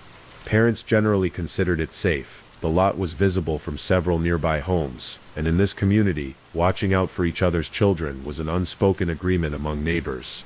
The grocery store itself had been vacant for some time, its windows covered, parking spaces empty, except for the occasional visitor. The building stood as a silent observer to the children who played in its shadow, its empty interior contrasting with the vibrant life that briefly animated its exterior when young cyclists gathered there. The date was January 13th, 1996. For most residents of Arlington, it began as an unremarkable winter Saturday. Families ran errands, attended children's sports activities, or simply enjoyed the weekend leisure time. The Hagerman family's day had begun normally as well. Donna had plans for the day, and Amber and Ricky were spending time with their maternal grandfather, Jimmy Whitson. The temperature had climbed to a mild 65 degrees by midday, unseasonably warm for January in Texas, making it a perfect afternoon for children to play outside. Around 3 p.m., Amber asked her grandfather if she and Ricky could ride their bicycles to the familiar abandoned grocery store lot just a few blocks away. With initial hesitation but ultimate consent, he agreed, but with clear instructions they needed to stay together, and they couldn't be gone long. The children pedaled away down the street, Amber on her pink and white bicycle, a Christmas gift she'd received just weeks earlier, with 5-year-old Ricky following behind on his smaller bike. Their grandfather decided to check on them shortly after they left, walking the short distance to the lot where he could watch them play from a distance, a precaution that seemed unnecessary, but felt right to him. For a little while everything was normal. The children rode around the parking lot, taking turns on the small ramp, their laughter carrying in the winter air. But what no one could have known was that these ordinary moments at a neighborhood play spot were about to become the prelude to a mystery that remains unsolved to this day, and a tragedy that would eventually save countless other children. The abandoned grocery store parking lot, with its cracked asphalt and fading painted lines, would soon become the focus of police investigations, media attention, and eventually, national policy discussions. But in those final moments of normalcy, it was just another place where children played on a Saturday afternoon in suburban America. After about 15 minutes at the lot, young Ricky decided he'd had enough and wanted to return home. His grandfather watched as the boy turned his bicycle around and began pedaling back toward their house. Amber, however, wanted to continue riding. She waved to her brother and stayed behind, taking another lap around the parking lot, enjoying the unseasonable warmth of the winter day. It was the last time her family would see her alive. Just across the street from the abandoned grocery store lived Jimmy Kevill, a 78-year-old retiree who often sat by his window, observing the neighborhood activities with the careful attention of someone who had lived long enough to value the simple rhythms of community life. On this particular Saturday, his routine observation of the street would become a crucial witness account. From his window, Kevill noticed a black pickup truck pull into the parking lot where Amber was riding alone. He watched as a man quickly exited the vehicle, approached the girl, and forced her into the truck as she screamed and struggled. It happened with such startling speed that by the time the significance of what he was witnessing registered, the truck was already pulling away, heading northeast on East Abrams Street. Kevill immediately called the police. His description was clear: a black or dark blue pickup truck, possibly a Ford F-150. The driver was a white or Hispanic male, approximately 25-40 years old, of medium build. The time was approximately 3:30 p.m. The response was swift. Within minutes, patrol cars began arriving at the scene. Amber's bicycle lay on its side near the bike ramp, the front wheel still spinning slowly when the first officers arrived, a haunting image of interrupted childhood. As police secured the area, Amber's grandfather, having lost sight of her during the brief period he was watching Ricky head home, returned to the lot looking for his granddaughter. Instead, he found police officers and the beginning of what would become one of the most extensive searches in the region's history. Word spread quickly through the neighborhood. Donna Whitson rushed to the scene when she received the devastating call that her daughter had been taken. Richard Hagerman was notified immediately as well. Within hours, family members, neighbors, and soon complete strangers were organizing search parties, printing flyers, and combing through nearby areas calling Amber's name. By nightfall, Amber's disappearance was the lead story on local news stations. Her school photo, showing a smiling girl with bangs and bright eyes, appeared on television screens across the Dallas-Fort Worth metroplex. Police issued an urgent public appeal for information about the black pickup truck or its driver. Roadblocks were established, and officers began the painstaking process of interviewing potential witnesses and checking surveillance cameras from nearby businesses. As darkness fell over Arlington that Saturday evening, a profound uneasiness settled over the community. Children who normally might have played outside until called for dinner were kept indoors. Porch lights remained on throughout the night in neighborhoods across the city, some as beacons of hope that Amber might find her way home, others as symbols of solidarity with a family living through every parent's worst nightmare. For 4 days, the search continued with growing intensity. Volunteers gathered each morning at designated meeting points, receiving assigned search areas from law enforcement. Texas Rangers joined the Arlington Police Department in the investigation. The FBI became involved, bringing additional resources and expertise in child abduction cases. Psychologists specializing in offender profiling reviewed the witness statement and crime scene details, attempting to build a picture of who might have taken Amber and where they might have gone. Throughout those days, Donna Whitson appeared before news cameras repeatedly, her eyes revealing the sleepless nights, but her voice steady as she pleaded for her daughter's safe return. "Please," she said, during one particularly emotional press conference, "if you have her, just let her go. Drop her off at a store or a gas station where someone can help her. She's just a little girl. She needs to come home." The community response continued to grow. Churches held vigils. Local businesses donated supplies for the volunteer search teams. Restaurants provided meals for the family and those involved in the search efforts. A local printing company produced thousands of flyers with Amber's photograph, which volunteers distributed across not just Arlington but surrounding communities as well. Hope remained, though, with each passing hour. The statistical reality of child abduction cases cast an increasingly long shadow over those hopes. Law enforcement officials knew, though they didn't emphasize this publicly, that in stranger abductions, time is the most critical factor. The first 24 hours are crucial, and with each day that passes, the chances of finding a child alive diminish significantly. On the 4th day, January 17, 1996, the search came to its tragic conclusion. A man walking his dog discovered a body in a creek bed about 4 miles from where Amber had been abducted. The creek ran behind an apartment complex in North Arlington, an area that search teams had not yet thoroughly explored. Within hours, medical examiners confirmed what the community had feared. They had found Amber Hagerman. The medical examination revealed that Amber had survived for approximately 2 days after her abduction before her life was taken. Out of respect for the family and the nature of our program, I won't detail the specific findings, except to note that evidence indicated she had suffered trauma before her death. These details would become important for investigators trying to build a profile of the perpetrator, but they need not be our focus as we explore this case. When news of the discovery spread through Arlington, the community's grief was profound. The hope that had sustained the search efforts transformed into collective mourning. Schools brought in counselors to help children process the news. Parents held their own children closer. A memorial of stuffed animals, flowers, and handwritten notes began to form near the site where Amber was last seen alive. For the Hagerman family, the pain was immeasurable. She was the sweetest little girl, Donna told reporters through tears at a press conference following the identification. "I don't understand how anyone could hurt her. She never hurt anybody." The investigation shifted from a rescue mission to a homicide case. A specialized task force was formed, with detectives from multiple agencies working exclusively on finding Amber's killer. They returned to re-examine the crime scene at the abandoned grocery store parking lot. They conducted extensive interviews with residents living near both the abduction site and where Amber's body was found.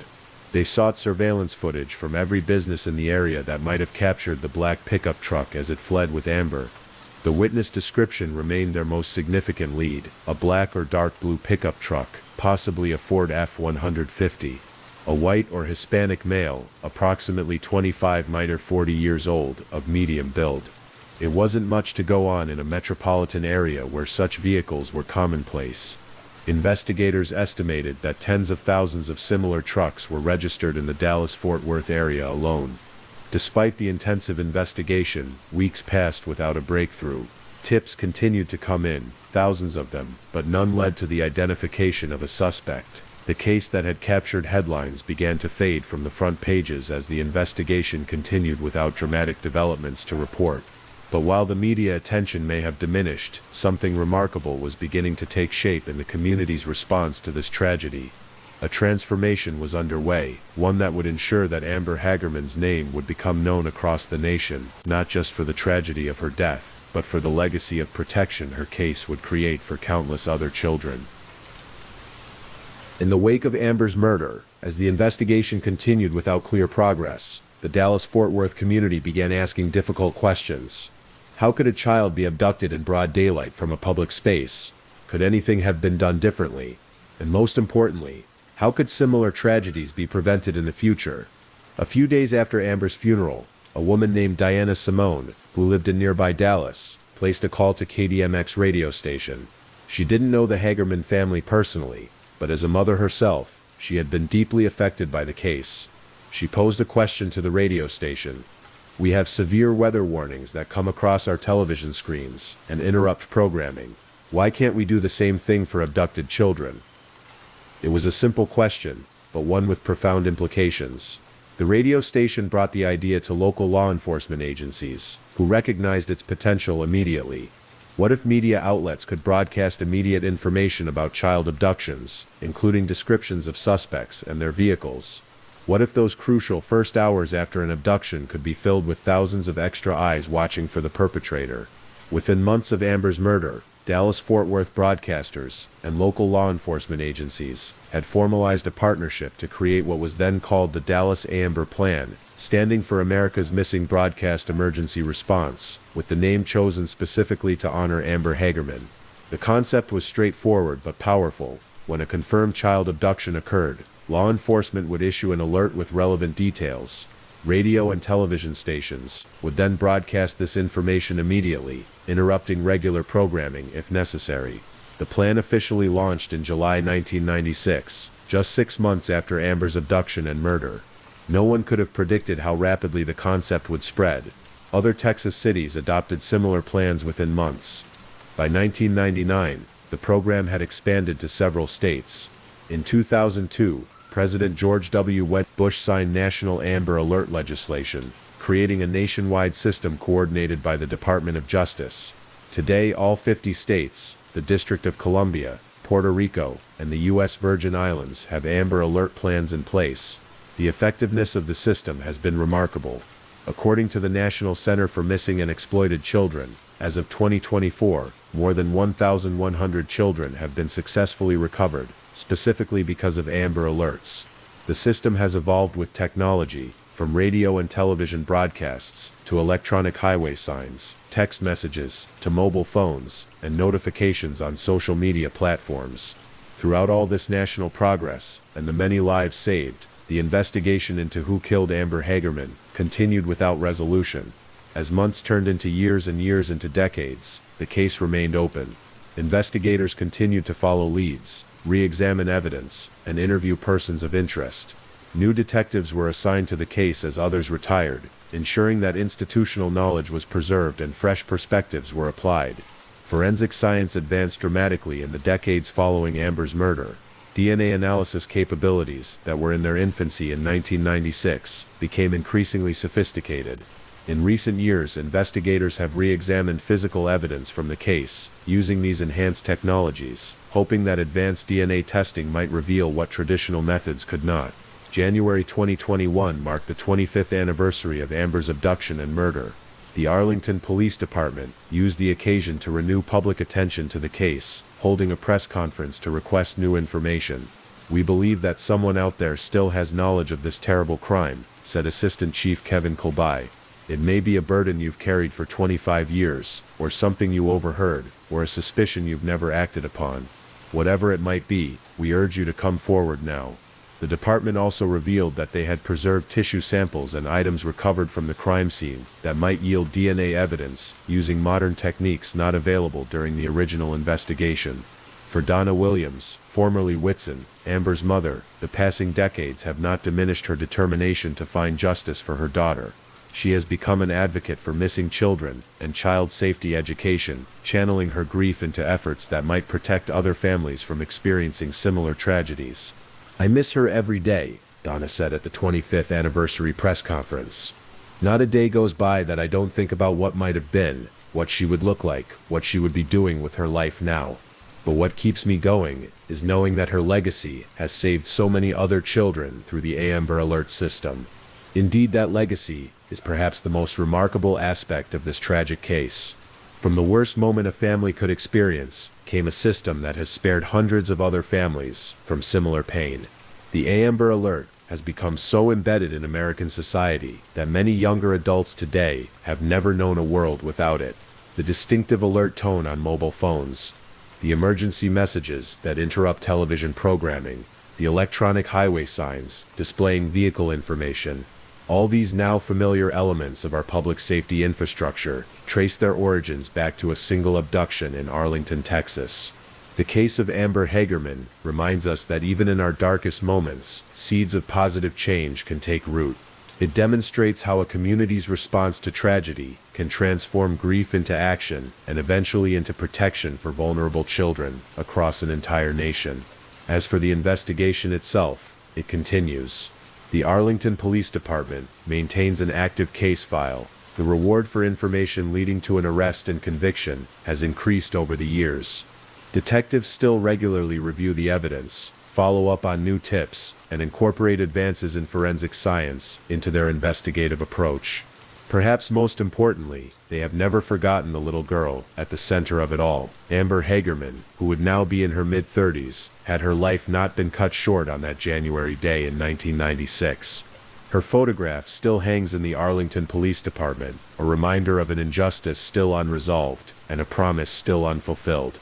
For anyone with information about this case, no matter how seemingly insignificant, the Arlington Police Department continues to maintain a dedicated tip line.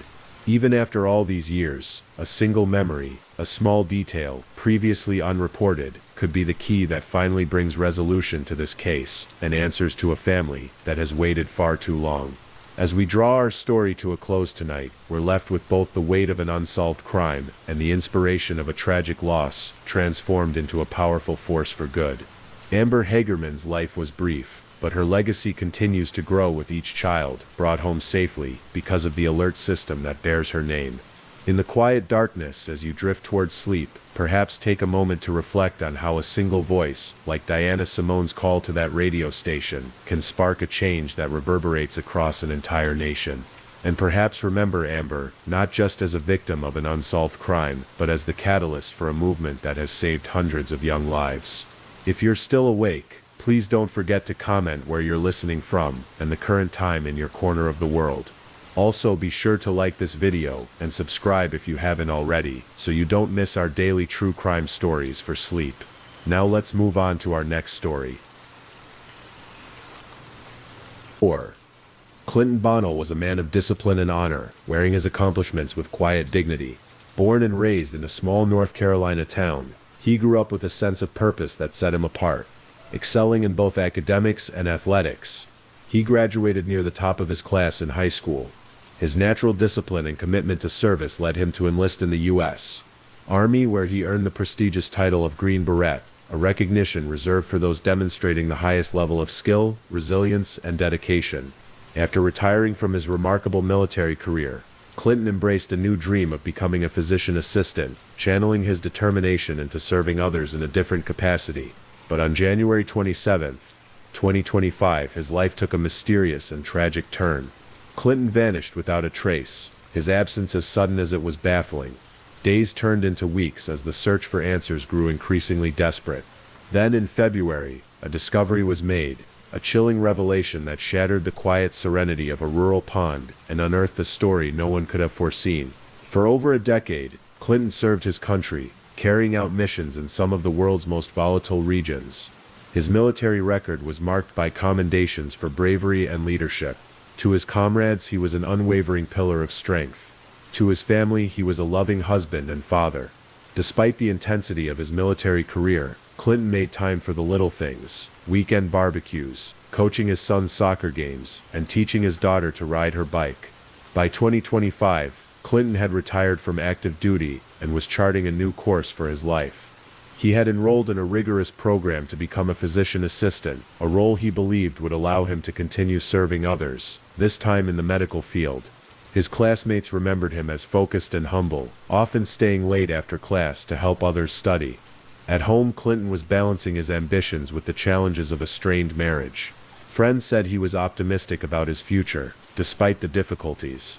January 27, 2025 began as an ordinary day. Clinton had breakfast with his children before driving them to school. Neighbors saw him return home around mid-morning, his usual calm demeanor betraying nothing unusual. But as the day went on, something changed. Calls and messages to Clinton went unanswered. A rarity for the man who was always reliable. Shanna Cloud, his wife and soon-to-be ex-ace, later told police she had no idea where Clinton was.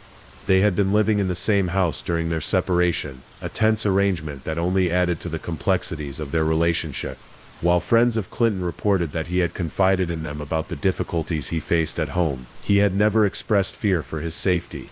As hours turned to days, concern grew. Clinton's family reported him missing, triggering a search effort that spanned the local area. His car was found abandoned in a remote spot, several miles from their home, an unsettling clue that only deepened the mystery. Inside the vehicle, investigators found personal items that Clinton was unlikely to leave behind, including his phone and wallet. The community rallied together, organizing search parties and distributing flyers. Clinton's former military colleagues reached out to offer assistance, leveraging their skills and networks to support the effort. But despite these efforts, no trace of Clinton was found. Nearly a month after Clinton's disappearance, a local fisherman made a grim discovery. While casting his line in a rural pond not far from where Clinton's car had been found, he noticed something unusual beneath the water's surface. What he initially thought was debris turned out to be far more disturbing. Authorities were called to the scene, and the pond was soon cordoned off. As forensic divers entered the water, the extent of the discovery became clear. Clinton's dismembered remains were retrieved from the pond, sending shockwaves through the community. The serene body of water, once a tranquil retreat, was now a haunting crime scene. The condition of the remains suggested an effort to obscure the crime. Investigators noted that the placement of the body parts and the remote location of the pond indicated a calculated attempt to delay or prevent discovery. The cause of death was later determined to be blunt force trauma, further deepening the horror of the crime.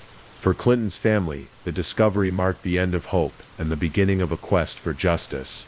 As the news spread, the community's grief was matched only by its outrage. How could a man who had dedicated his life to protecting others meet such a brutal end? The search for answers was just beginning. The discovery of Clinton Bonnell's remains marked the beginning of an exhaustive investigation. The once peaceful pond became a crime scene, roped off and guarded as forensic experts worked to collect every possible piece of evidence. Investigators knew the complexity of the case meant they had to proceed methodically. Initial wellness checks at Clinton's home had been conducted in the days after his disappearance, but those yielded little insight. His military background and stoic nature made it challenging to determine whether his disappearance was voluntary or foul play. However, with the discovery of Clinton's body, law enforcement turned their focus squarely onto the possibility of murder. Search warrants were immediately obtained for the family home and surrounding areas, ensuring every corner of Clinton's life could be scrutinized. Detectives worked around the clock, poring over both physical evidence and digital footprints in their quest for answers. As investigators entered the Bonnell household, they were greeted by the hollow silence of a home in turmoil. Clinton's belongings remained where he had last left them, neatly arranged as if he planned to return at any moment. But closer inspection painted a different picture. In the living room, shards of broken glass were scattered across the floor near a damaged lamp. The fragments suggested a violent incident had occurred.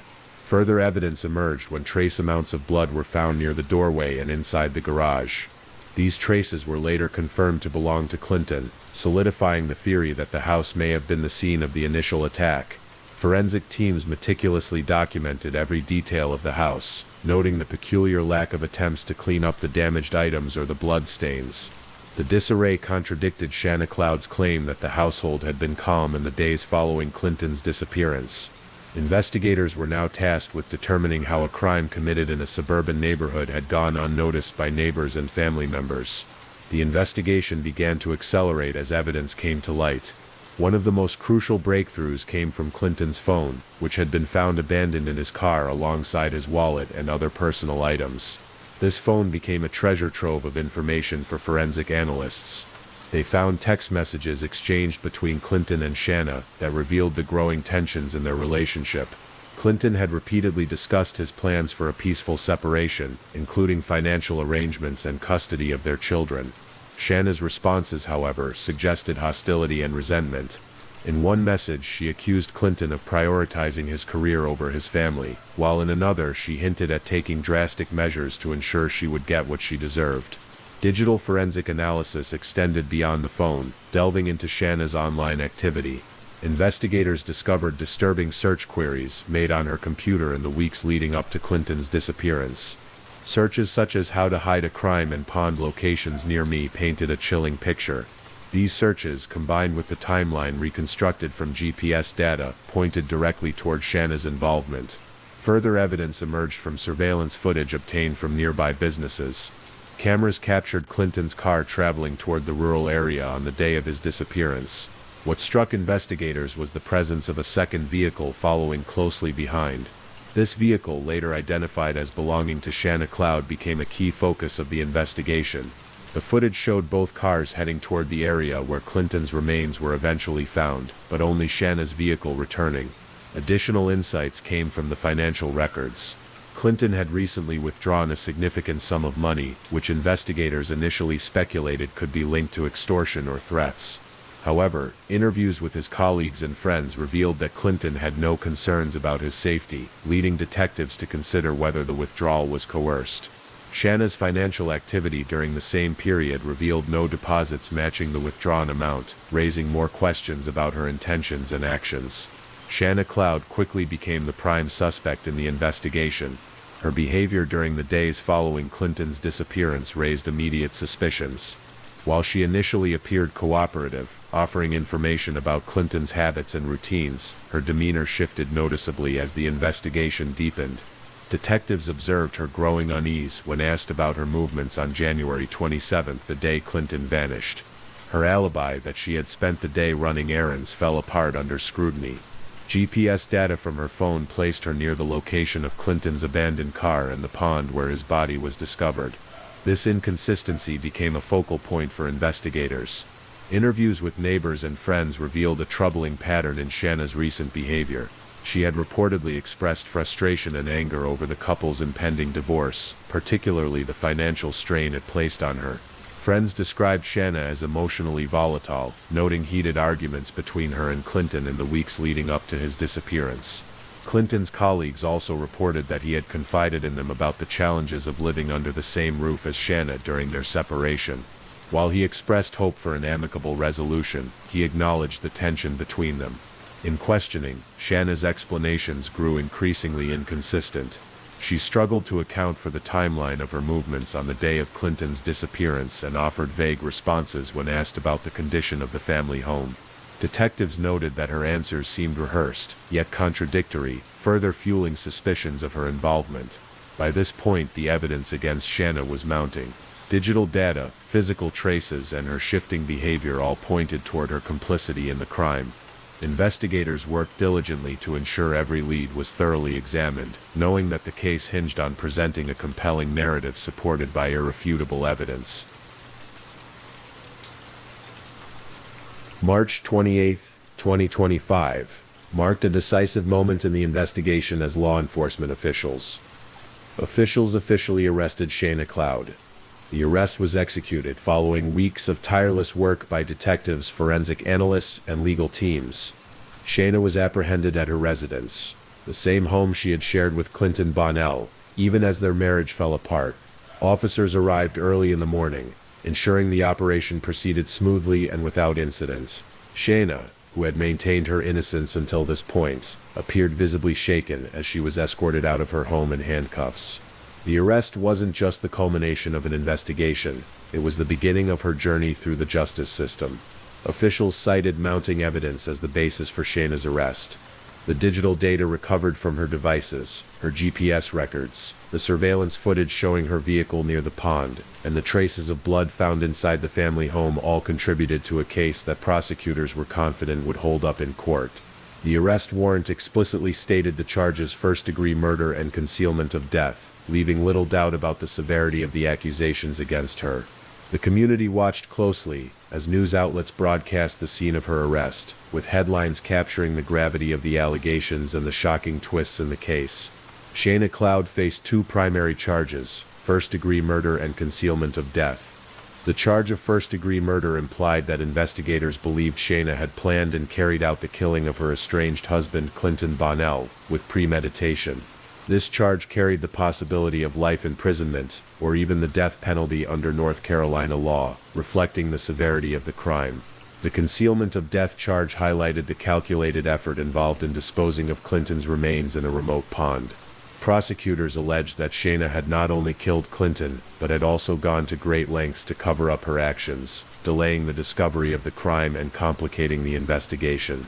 This charge carried additional penalties, underscoring the impact of her attempts to obscure the truth. Legal experts speculated on how the case would unfold, noting the strength of the evidence gathered by investigators. The text messages exchanged between Shayna and Clinton suggested a motive rooted in marital discord, while her internet search history pointed directly to her involvement. The physical evidence, including the bloodstains found in the family home, further reinforced the prosecution's argument. Together, these elements painted a picture of premeditation, intent, and subsequent concealment. Shayna Cloud's first court appearance came shortly after her arrest. During the arraignment, she stood before the judge in a stark courtroom, her demeanor alternating between defiance and unease. She pleaded not guilty to both charges, setting the stage for what would become a highly publicized legal battle. The prosecutor outlined the evidence against her, arguing that the case was built on a solid foundation of forensic and digital data. As the legal proceedings progressed, the prosecution presented a chilling narrative of the crime. They detailed how Shayna's online searches demonstrated intent, how her movements placed her at the scene of the crime, and how the physical evidence tied her actions to the timeline of Clinton's disappearance and death. Witness testimonies from friends, family, and neighbors highlighted the tensions in Shayna and Clinton's marriage, providing context for the motive behind the crime. The defense, however, sought to undermine the prosecution's case by challenging the validity of the evidence. They argued that the GPS data could be inconclusive, that the bloodstains could have been unrelated, and that the surveillance footage didn't definitively prove Shayna's involvement. Her legal team emphasized the circumstantial nature of much of the evidence, aiming to cast doubt in the minds of the jury. As the trial unfolded, courtroom observers noted the emotional toll on Clinton's family, who attended each session seeking justice for their loved one. The proceedings revealed the complexities of the case, with both sides presenting their arguments and evidence in painstaking detail. The community followed the trial closely, with many expressing frustration over the defense's attempts to refute what they saw as clear evidence of Shayna's guilt. The arrest and trial of Shayna Cloud left a profound impact on the community, Clinton Bonnell's family, and all who had been touched by the case. For Clinton's family, the journey was one of heartbreak and resilience. They spoke openly about the pain of losing a man who had dedicated his life to service, and the challenges of coping with the brutal nature of his death. His children, now left without their father, became a symbol of the lasting damage caused by the crime.